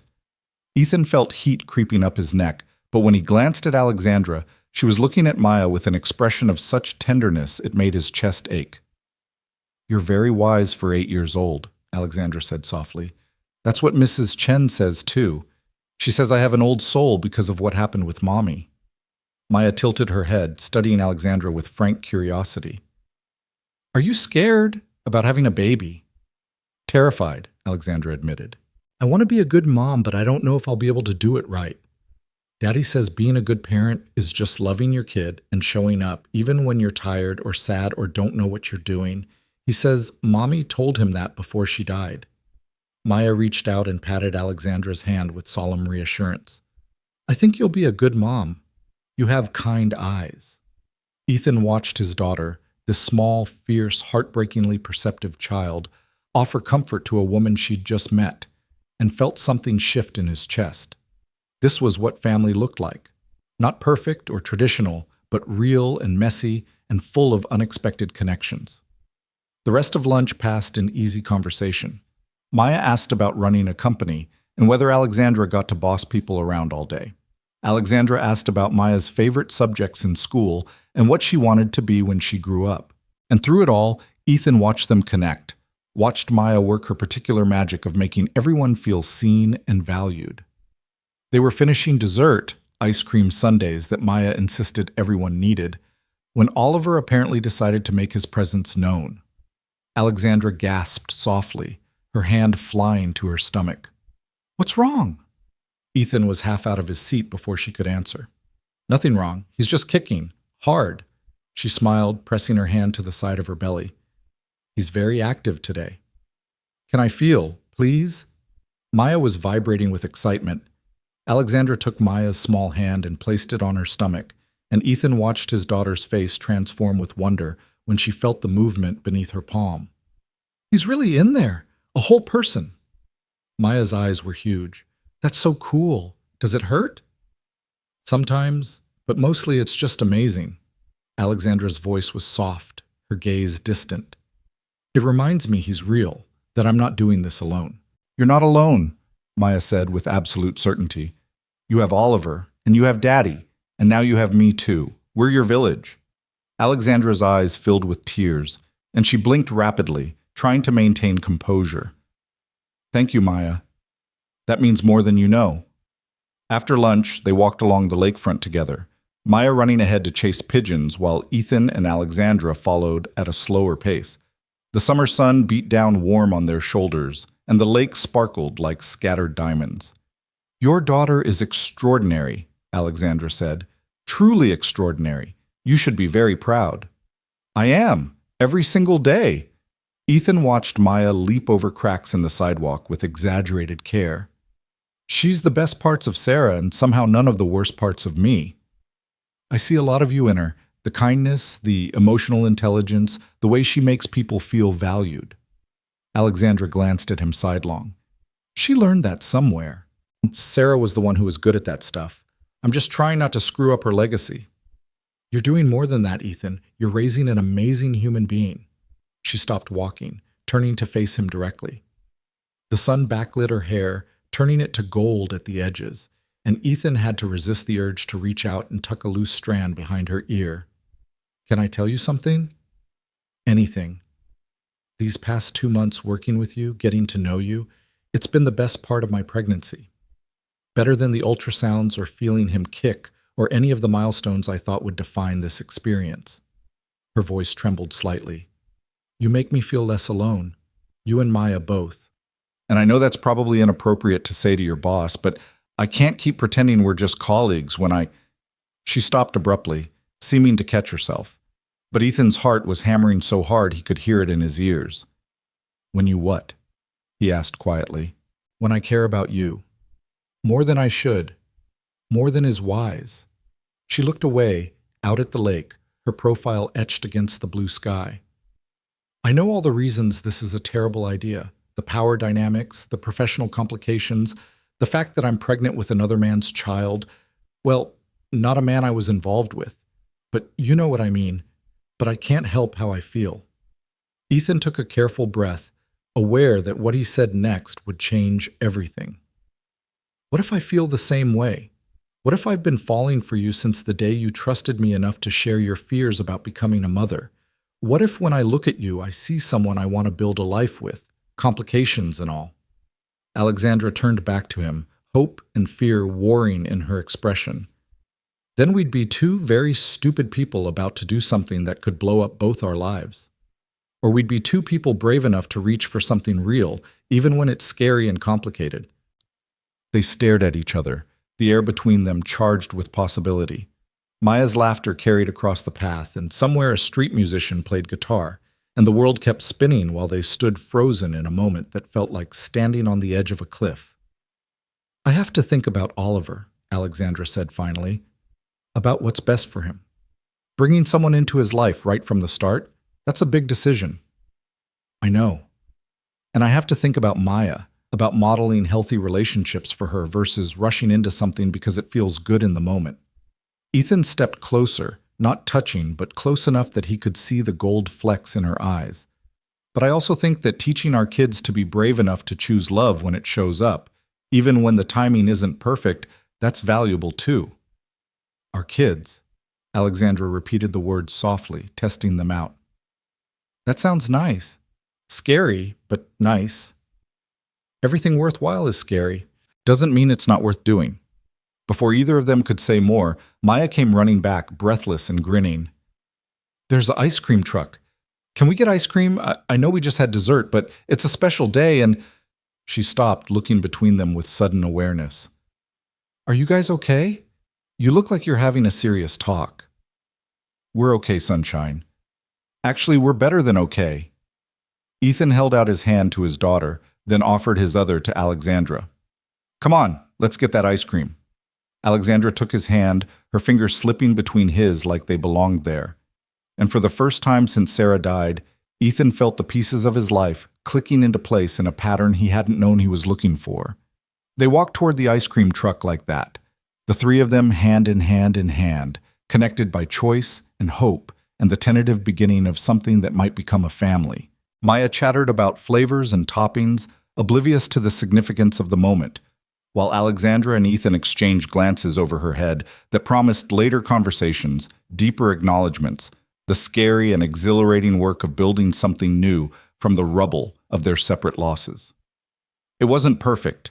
The complications were real and substantial, but standing there in the June sunshine with Maya between them and Oliver kicking against Alexandra's palm where it rested on her belly, Ethan thought maybe perfect was overrated anyway. Maybe what mattered was showing up, being brave, and trusting that love could build bridges across even the most complicated circumstances. Maybe that rainy morning when he'd stopped to help a stranger hadn't just saved a life. It had started one, his own life, finally moving forward instead of just surviving. And as they stood in line for ice cream, arguing good-naturedly about whether chocolate or vanilla was superior, Ethan allowed himself to hope that this was just the beginning of their story, not the end. The weeks following their day at the lake brought a shift so subtle that if asked to pinpoint exactly when everything changed, Ethan wouldn't have been able to name a specific moment. It was more like watching ice melt, imperceptible, until suddenly the landscape was completely transformed. They didn't tell anyone at work about the evolution of their relationship. There was nothing official to tell anyway, just a growing intimacy that lived in the spaces between professional interactions. A hand lingering on a shoulder during a difficult phone call, coffee appearing on desks without being asked for, late nights at the office that ended with quiet conversations about hopes and fears, and the peculiar terror of trying to build something new while carrying the weight of past losses. Alexandra was now 34 weeks pregnant, and the physical toll was becoming impossible to hide. She moved more slowly, tired more easily, and had started working from home 2 days a week on Ethan's insistence. He'd blocked out time on her calendar for rest, scheduled her meetings to avoid the worst of rush hour traffic, and generally made it his mission to ensure she made it to her due date without collapsing from exhaustion. "You're hovering," she told him one afternoon in early July, but there was affection in her voice rather than irritation. "I'm attentively present," he corrected, setting down a plate of fruit and crackers he'd assembled from the executive break room. "There's a difference." "Is there?" "Because it feels a lot like you're treating me like I'm made of glass." "Not glass, just extremely precious cargo that I'd prefer remained intact until Oliver makes his appearance." Ethan perched on the edge of her desk, close enough that their knees almost touched. "Humor me. I've never done the pregnancy support thing before. Sarah and I never got that far." The mention of Sarah made Alexandra's expression soften. She reached out and took his hand, threading their fingers together in a gesture that had become natural over the past weeks. "You would have been wonderful with her, just like you are with me." "I'm trying. Some days I feel like I'm doing everything wrong." "Welcome to parenthood. That feeling never goes away, apparently." She squeezed his hand. "My mother called again this morning. She wants to know when she can meet you properly, not just as my assistant, but as—" She paused, searching for the right word. "As what?" Ethan prompted gently. "As the person who matters to me. As the man I'm falling in love with." The words came out rushed, like she'd been holding them back and they'd finally escaped despite her best efforts. Ethan's heart stuttered in his chest. They danced around the word for weeks, implied it in 1,000 small ways, but neither had spoken it aloud until now. "You're falling in love with me? That terrifies you." It wasn't a question. She could read it in his face. "It doesn't terrify me." "Well, it does, but not for the reasons you think." He shifted closer, using his free hand to cup her face gently. "I'm terrified because I'm falling in love with you too, and I don't want to screw this up. I don't want to be another person who lets you down or can't handle the complexity of your life. You deserve someone who's all in, who's ready for everything that comes with you and Oliver." "Are you saying you're not ready?" "I'm saying I've never been more ready for anything in my life, and that absolutely terrifies me." He stroked his thumb across her cheekbone, marveling at the fact that he was allowed to touch her like this. "I love you, Alexandra. I love your strength and your vulnerability and the way you pretend to be invincible when you're actually just as scared as the rest of us. I love that you're building this company and growing this baby and somehow managing to make me feel like I matter in the middle of all of it." Tears spilled down her cheeks, and she laughed wetly. "You're not supposed to make a pregnant woman cry. It's considered poor form." "Sorry, want me to take it back?" "Don't you dare." She pulled him down into a kiss that tasted like salt and promise, and the beginning of something neither of them had thought they'd find again. When they finally broke apart, both breathing harder than they should be from a simple kiss, Alexandra rested her forehead against his. "So what do we do now? Where do we go from here?" "I think we tell people the truth, that we care about each other, that we're trying to figure out what this looks like." Ethan pulled back enough to meet her eyes. "And we take it slow, for Maya and Oliver's sake. No rushing into anything just because it feels good." "That's very mature and responsible of you." "One of us has to be. You're the one who just declared her feelings in the middle of a workday." "Fair point." She glanced at her computer screen where emails were piling up unread. "I should get back to work. The Tokyo merger won't negotiate itself." "Go home, Alexandra. Work from there this afternoon. You're exhausted, and pushing yourself isn't going to help anyone." When she opened her mouth to argue, he cut her off. "That's not a suggestion from someone who cares about you. That's a directive from your executive assistant who's looking at your schedule and seeing that you've been in meetings for 6 straight hours and still have a conference call at 4 that's going to run long." "When did you get so bossy?" "When I fell in love with someone who doesn't know when to stop." He kissed her forehead, quick and chaste. "Go home. Rest. I'll handle things here and call you if anything urgent comes up." She went, but not without grumbling about overprotective men and unnecessary coddling. Ethan watched her leave with a mixture of affection and concern. She was running herself ragged trying to prove she could do everything, run the company, grow a baby, maintain her independence, and he was terrified she'd push herself too far and something would break. The something broke 3 days later. Ethan was at home on a rare evening off, helping Maya with a science project about the solar system, when his phone rang with Alexandra's number. He answered immediately, already feeling dread coil in his stomach. Ethan. Her voice was tight with barely controlled panic. I need you. I'm at Northwestern Memorial. Something's wrong. He was on his feet before she finished speaking. What happened? Is Oliver at... I don't know. There's blood and cramping, and the doctors are running tests, but I'm only 36 weeks. It's too early, and I can't... Her voice broke. I can't do this alone. I know it's asking too much, but I'm coming, right now. I'll be there in 20 minutes. He was already grabbing his keys, his mind racing. Maya's here, but I can call Mrs. Chen. Bring her, please. I don't want you to have to choose. He made it to the hospital in 15 minutes, breaking probably a dozen traffic laws in the process. Maya was silent in the back seat, her small face pinched with worry. She'd heard enough of the phone call to understand something was very wrong. They found Alexandra in a private room in labor and delivery, hooked up to monitors that beeped rhythmically. She looked small and frightened in the hospital bed, so different from the confident CEO who commanded boardrooms. When she saw them, relief flooded her face. You came. Of course I came. Ethan moved to her bedside immediately, taking her hand. It was cold and trembling. What are the doctors saying? Placental abruption. Not severe yet, but it could get worse quickly.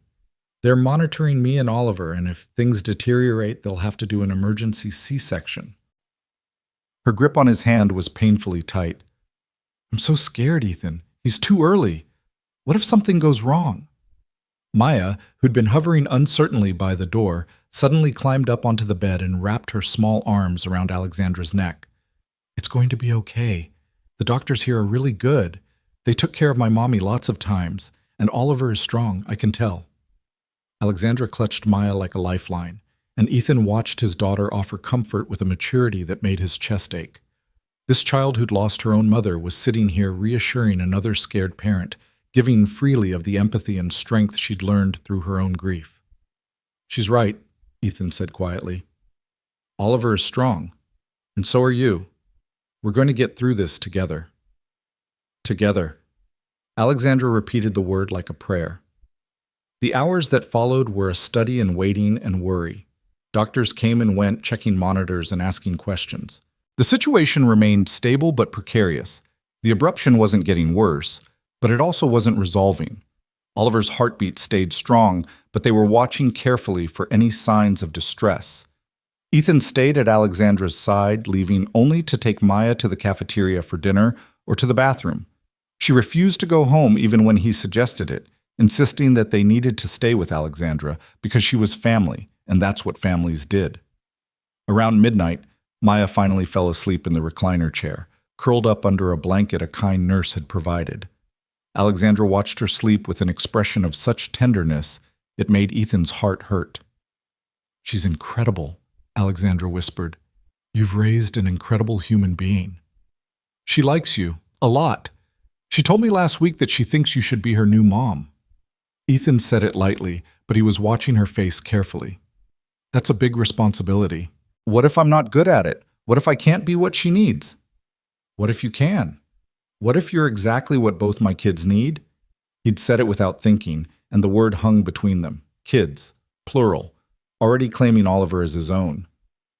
Your kids. Alexandra's voice was thick with emotion. You mean that? I love you. That means I love Oliver too. He's part of you, which makes him part of my life, if you'll let him be. Ethan stroked his thumb across her knuckles. I know it's fast. I know it's complicated, but I don't want to pretend anymore that I'm not invested in both of you. Before Alexandra could respond, an alarm started beeping on one of the monitors. Within seconds, medical staff flooded the room, all calm efficiency and medical terminology Ethan couldn't follow. He caught enough to understand that Oliver's heart rate had dropped, that the abruption was getting worse, that they needed to do an emergency C-section now. Ethan!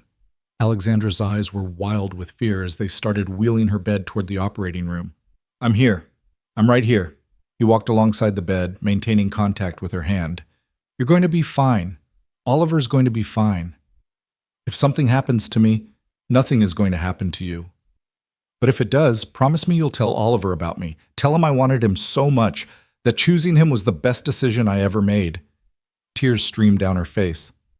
And tell Maya thank you for sharing her dad with us. You're going to tell them both yourself because you're going to be fine. But Ethan's voice cracked on the last word. They reached the doors to the surgical suite, and a nurse stopped him gently. I'm sorry, sir, but you can't go beyond this point. We'll update you as soon as we can. She doesn't have anyone else here. Please. I'll be with her the entire time, the nurse said kindly. I promise she won't be alone. They wheeled Alexandra through the doors, and Ethan stood frozen, watching until she disappeared from view. Then his legs gave out and he slid down the wall to sit on the floor, his head in his hands. This was his worst nightmare. Losing someone he loved in a hospital, being powerless to protect them, having to wait while doctors decided whether his world would shatter. He'd been here before with Sarah, had lived through this exact hell, and the fact that he was here again felt like some kind of cosmic joke. Daddy? Maya's small voice came from down the hall. She must have woken up and found him gone. Where's Mrs. Alexandra? She's in surgery, Sunshine. The doctors have to deliver Oliver now because they're worried about both of them. He pulled Maya into his lap, needing her solid warmth to anchor him. We have to wait. Is she going to die like Mommy? The blunt question felt like a knife to the chest. No, Sunshine, she's going to be fine. The doctors here are very good, and she's strong, and... His voice broke and he couldn't finish. Maya wrapped her arms around his neck and squeezed tight. It's okay to be scared, Daddy. Being brave doesn't mean you're not scared. It just means you don't let the scared stop you. He held his daughter and tried to believe her wisdom, tried to have faith that the universe wouldn't be cruel enough to give him love again just to rip it away. But as the minutes turned to hours with no update, that faith became harder and harder to maintain. At some point, Margaret Cross arrived, breathless and terrified, having been called by the hospital. She took one look at Ethan's face and seemed to understand everything that had remained unspoken between him and her daughter. You love her. It wasn't a question. Yes. And Maya? She glanced at the child sleeping fitfully against Ethan's shoulder. Alexandra wanted her here. She considers us family. Margaret's expression softened. Then I'm glad she has you, that she's not facing this alone anymore. She sat down next to him, back against the wall, looking suddenly older than her years. I've lost 2 grandchildren already. I can't... Her voice broke. I can't lose my daughter too. You won't. She's a fighter. She's the strongest person I've ever met. Ethan said it with more confidence than he felt, but Margaret seemed to need the reassurance. They waited together as night bled into early morning. Maya woke, slept, woke again. Nurses brought terrible coffee that they drank anyway. And with every minute that passed without news, Ethan felt his anxiety ratchet higher. Finally, after what felt like a lifetime but was actually 3 hours, a doctor in surgical scrubs approached them. Ethan was on his feet immediately, his heart in his throat. Ms. Cross is out of surgery and stable, the doctor said, and Ethan's knees nearly buckled with relief. The abruption was significant, but we were able to deliver the baby safely. He's in the NICU being evaluated. He's very small at 36 weeks and having some breathing difficulties, but his vitals are stable. Can we see her? Margaret's voice was raw. She's in recovery now. Give us another hour to get her settled, and then you can visit, 2 at a time in the NICU for the baby. After the doctor left, Ethan sat back down heavily, all the tension draining out of him at once. They were alive. Both of them were alive. The relief was so intense it physically hurt. Thank you, Margaret said softly, for being here, for caring about my daughter enough to sit through this with us. There's nowhere else I would be. They were allowed to see Alexandra an hour later. She was pale and groggy from anesthesia, but her eyes were clear and alert when they found Ethan standing in the doorway of her recovery room. Oliver? Her voice was hoarse. He's okay. Small, having some trouble breathing, but the doctor said his vitals are stable. They have him in the NICU. Ethan moved to her bedside, taking her hand carefully.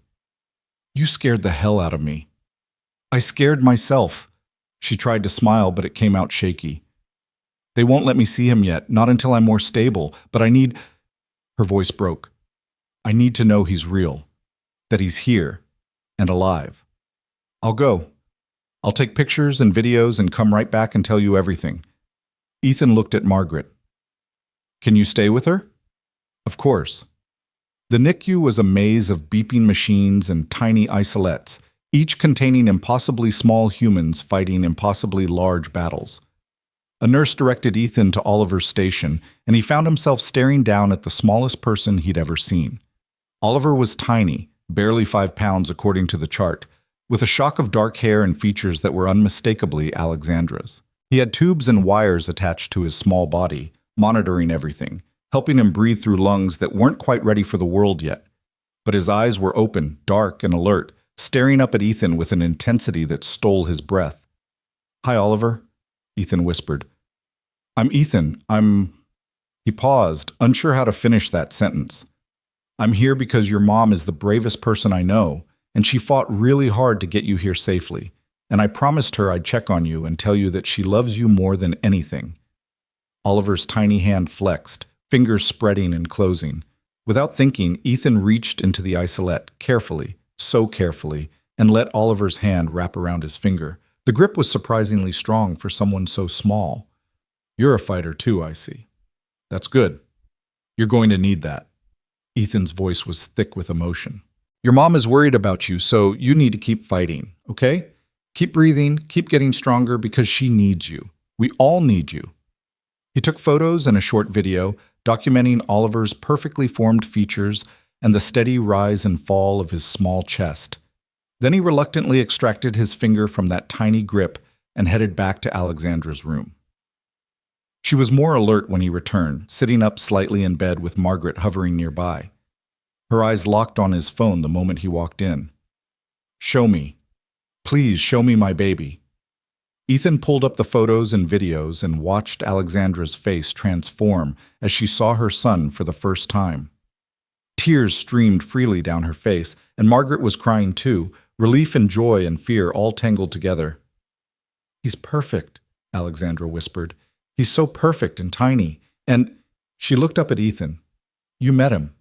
What's he like?" "Strong, alert. He grabbed my finger and wouldn't let go." Ethan sat on the edge of her bed carefully. "He has your eyes and your stubborn determination. I told him to keep fighting because his mom needs him." "What did you tell him you were when you introduced yourself?" There was vulnerability in the question, a need to know how Ethan saw himself in their lives. "I told him I was there because you're the bravest person I know. I didn't want to presume." "Presume?" Alexandra reached for his hand. "Please presume. I want you to be part of his life, Ethan. Not as my assistant or my friend, but as someone who matters. Someone who chooses to be here even when it's hard." "I'm not going anywhere. You're stuck with me now." He squeezed her hand gently. "Both of you are stuck with me." Margaret cleared her throat delicately. "I'm going to get some coffee and check on Maya. Give you two a moment." She kissed Alexandra's forehead. "I'm so glad you're okay, darling." After she left, Ethan and Alexandra sat in comfortable silence for a moment, just holding hands and breathing through the relief of survival. "This wasn't how I imagined Oliver's birth," Alexandra said finally. "I thought I'd have more time to prepare, more time to figure everything out. Life doesn't usually wait for us to be ready. It just happens, and we figure it out as we go." Ethan brushed a strand of hair back from her face. "But for what it's worth, I think you're going to be an amazing mom. Even flat on your back in a hospital bed, recovering from emergency surgery, your first thought was for him. That's what good parents do." "I couldn't do this without you. Tonight proved that. When I was scared and everything was falling apart, you were the person I called." She held his gaze. "I need you to understand what that means. I've been independent my whole life, convinced I didn't need anyone. And then you showed up and made me realize that needing people isn't weakness. It's just being human. I need you too. You and Oliver both. You've given me a reason to believe in second chances, in building something new from broken pieces." He leaned down and kissed her forehead gently. "I love you, Alexandra Cross, and I love that tiny fighter in the NICU who grabbed my finger and wouldn't let go." "Sounds like you're already wrapped around his finger." "Completely, just like I'm wrapped around yours." They smiled at each other, exhausted and emotional and hopeful in the way that only comes after surviving something terrifying together. Over the next week, Alexandra slowly recovered while Oliver fought his small battles in the NICU. His breathing improved daily, and the doctors became increasingly optimistic about his prognosis. Ethan split his time between the hospital and home, trying to maintain some normalcy for Maya, while supporting Alexandra through the strange limbo of being a new mother separated from her baby. Maya visited every day after school, bringing drawings for Oliver's isolette, and chattering to him through the plastic about all the things they'd do together when he was bigger. The NICU nurses fell in love with her, and several commented that Oliver seemed to respond to her voice, his little hand reaching toward the sound. "He knows I'm his sister," Maya announced with absolute certainty. "Not the regular kind, but the chosen kind. That's even better because we picked each other." It was Maya, actually, who forced the conversation about their future. She'd been patient for days, watching the adults dance around the obvious, until finally she'd had enough. "Are you and Ms. Alexandra going to get married?" she asked Ethan one evening over pizza. They'd fallen back into Pizza Thursday despite everything, needing the normalcy of routine. Ethan nearly choked on his slice. "That's a pretty big question, Sunshine."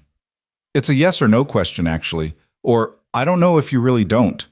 She fixed him with a look that was pure Sarah, direct and unwilling to accept deflection. "Because if you are, I need to know so I can start planning what I'm going to wear. And if you're not, then I need to know why not, because you love her, and she loves you, and Oliver needs a dad, and I want a brother, so it seems like everyone wins." "Maya, you told me that Mommy would want you to be happy again. You told me she made you promise not to be alone forever."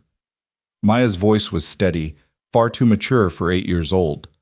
"Ms. Alexandra makes you happy. I can tell because you smile different now, like you mean it all the way through instead of just on the outside.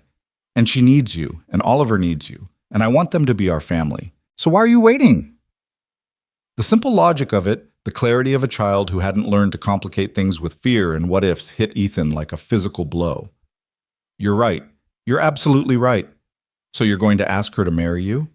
"Eventually, when the timing is right. After Oliver comes home and Alexandra is fully recovered and—" "Daddy." Maya put down her pizza and took his hand, looking at him with eyes that held Sarah's wisdom. "The timing is never going to be perfect.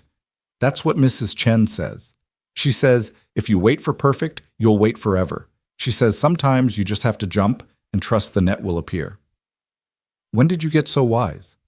"I've always been wise. You just don't always listen." She squeezed his hand. "Go ask her, tonight, before you talk yourself out of it." "I can't ask her tonight. She's recovering from surgery. Oliver is still in the NICU. So you'll ask her there, in Oliver's room. That way all of us can be together when you do it."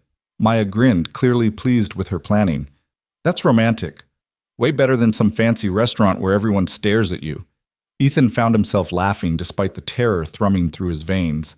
"You've got this all figured out, don't you?" "Someone has to. You grown-ups take forever to do anything." She stood up, grabbing her plate. "Come on, let's go get Miss Chen to take us to that jewelry store near her apartment. The one with the pretty rings in the window." "Maya, I can't just buy a ring tonight." "Why not? You have money now, and you love her, and she loves you, and tomorrow isn't promised, Daddy. Mommy taught us that."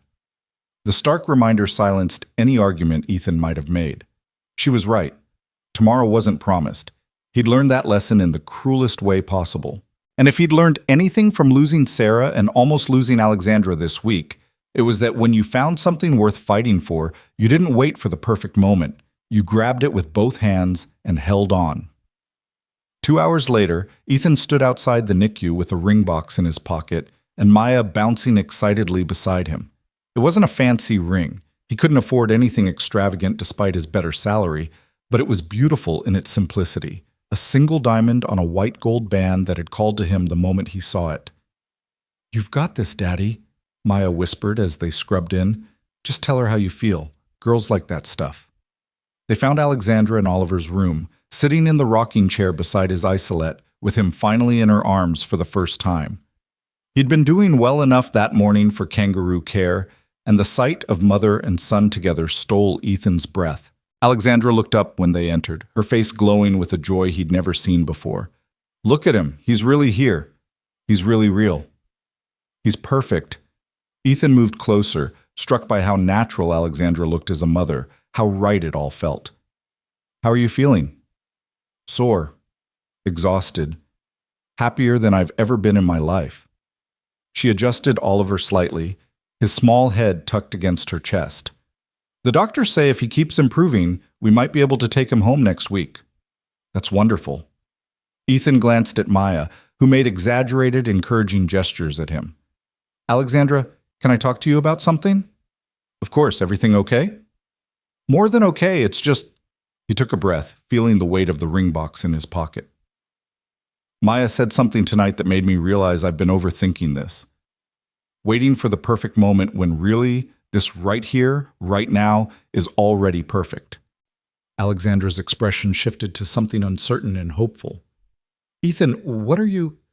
He pulled out the ring box and dropped to one knee beside her chair, aware of how surreal this must look, proposing in a NICU while she held her week-old son. But Maya was right. This was them. This was their life, messy and complicated and absolutely right. I'm not good at speeches, so I'm just going to say this plainly. I love you. I love Oliver. I love the family we're building together from broken pieces and second chances. You make me want to be brave again, to believe in futures instead of just surviving the present. His voice cracked with emotion. Will you marry me? Will you let me be Oliver's father and Maya's mother and build this beautiful, complicated, imperfect life together? Tears streamed down Alexandra's face as she looked from the ring to Oliver to Maya, who was crying too, and back to Ethan. Yes. God, yes. I can't think of anything I want more. Ethan slipped the ring on her finger with shaking hands, then leaned up to kiss her carefully, mindful of Oliver between them. Maya threw her arms around both of them, and for a moment they stayed like that, the four of them wrapped in an embrace that felt like coming home. We're a family now, Maya announced to Oliver, who blinked up at all of them with those alert dark eyes. You and me and Daddy and your mom, the best kind of family because we all chose each other. And she was right. That was exactly what they were. The months that followed were a blur of adjustment and joy, and the particular chaos that comes with blending lives and families. Oliver came home from the hospital after 2 weeks, small but thriving, and Maya appointed herself his personal protector and entertainment director. Alexandra's recovery was slower than she wanted, but Ethan enforced rest periods and meal times with the same determination he'd shown as her assistant. They decided to wait to get married until Oliver was older, until Alexandra was fully healed, until they could plan something that felt right. But they moved in together almost immediately, finding a house with enough space for all of them, and a yard where Maya could play and Oliver could eventually explore. The wedding, when it finally happened on a crisp October afternoon, was small and perfect. Just family and close friends gathered in the garden of their new home. Maya served as maid of honor, carrying Oliver down the aisle in a baby carrier decorated with flowers. Margaret wept through the entire ceremony. And when Ethan and Alexandra exchanged vows, promising to honor the past while building toward the future, there wasn't a dry eye in attendance. I promise to love you through the hard days and the beautiful ones, Ethan said, his voice steady despite his emotion.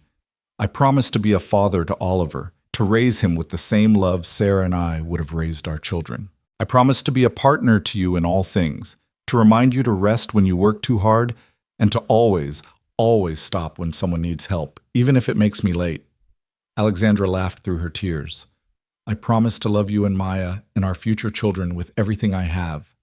I promise to build a life with you that honors both our pasts and embraces our future.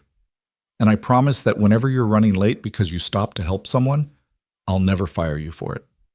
The crowd laughed, and then they were kissing, sealing promises that had been forged in rain and fear and the particular alchemy that turns strangers into family. At the reception, Maya gave a toast that left everyone weeping.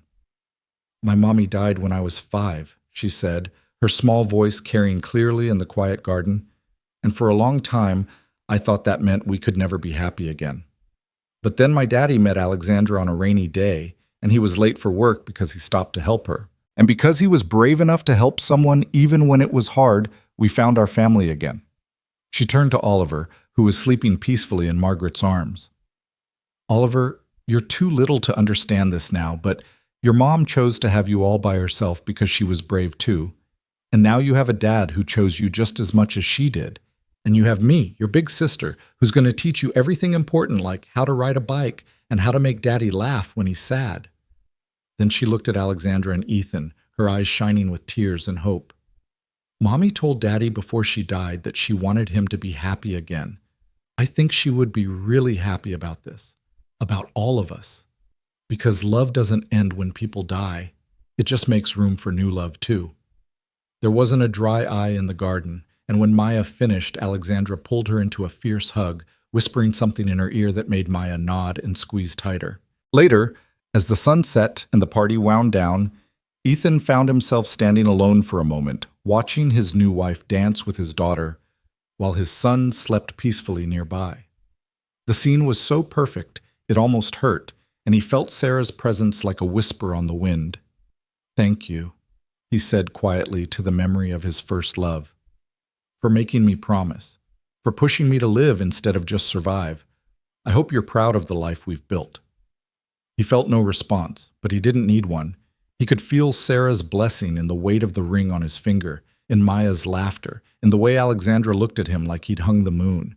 She had given him permission to love again, and he'd been brave enough to take it.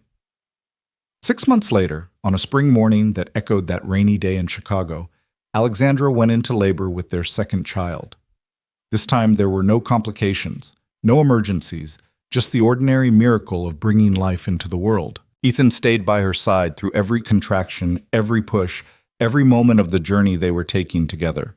When their daughter was born, small and perfect and screaming with fury at being evicted from her comfortable home, Alexandra looked at Ethan with exhausted joy. "What should we name her?" she asked. Ethan looked at his new daughter, at his wife, at the beautiful, complicated family they'd built from loss and rain and one impossible choice to stop and help. "What about Hope? Because that's what you gave me when I'd forgotten what it felt like." Alexandra's eyes filled with tears. "Hope Cross Cole, it's perfect." And it was. All of it was perfect in its imperfection. The blended family, the love built from broken pieces, the life they'd created by being brave enough to reach for second chances. As Ethan held his newborn daughter and watched Maya carefully show Oliver how to be gentle with his baby sister, as Alexandra rested with her hand in his, and contentment written across her face, he thought about that rainy morning that had changed everything. He'd been racing the clock, terrified of being fired, certain his life was falling apart. And then he'd seen a stranger who needed help. And he'd made a choice that seemed small in the moment, but turned out to be the most important decision of his life. He'd stopped. He'd helped. He'd been brave. And in return, he'd found not just a job, not just security, but a family, a future. A love that healed old wounds while creating space for new joy. Sometimes the woman you save on the side of the road isn't just your boss. Sometimes she's the answer to prayers you didn't know you were praying. Sometimes she's the home you never thought you'd find again. And sometimes, if you're very lucky and very brave, stopping to help a stranger in the rain becomes the first step toward a life more beautiful than any you could have imagined. That's exactly what happened to Ethan Cole on a rainy Tuesday morning in Chicago. He stopped. He helped. He loved. And it changed everything.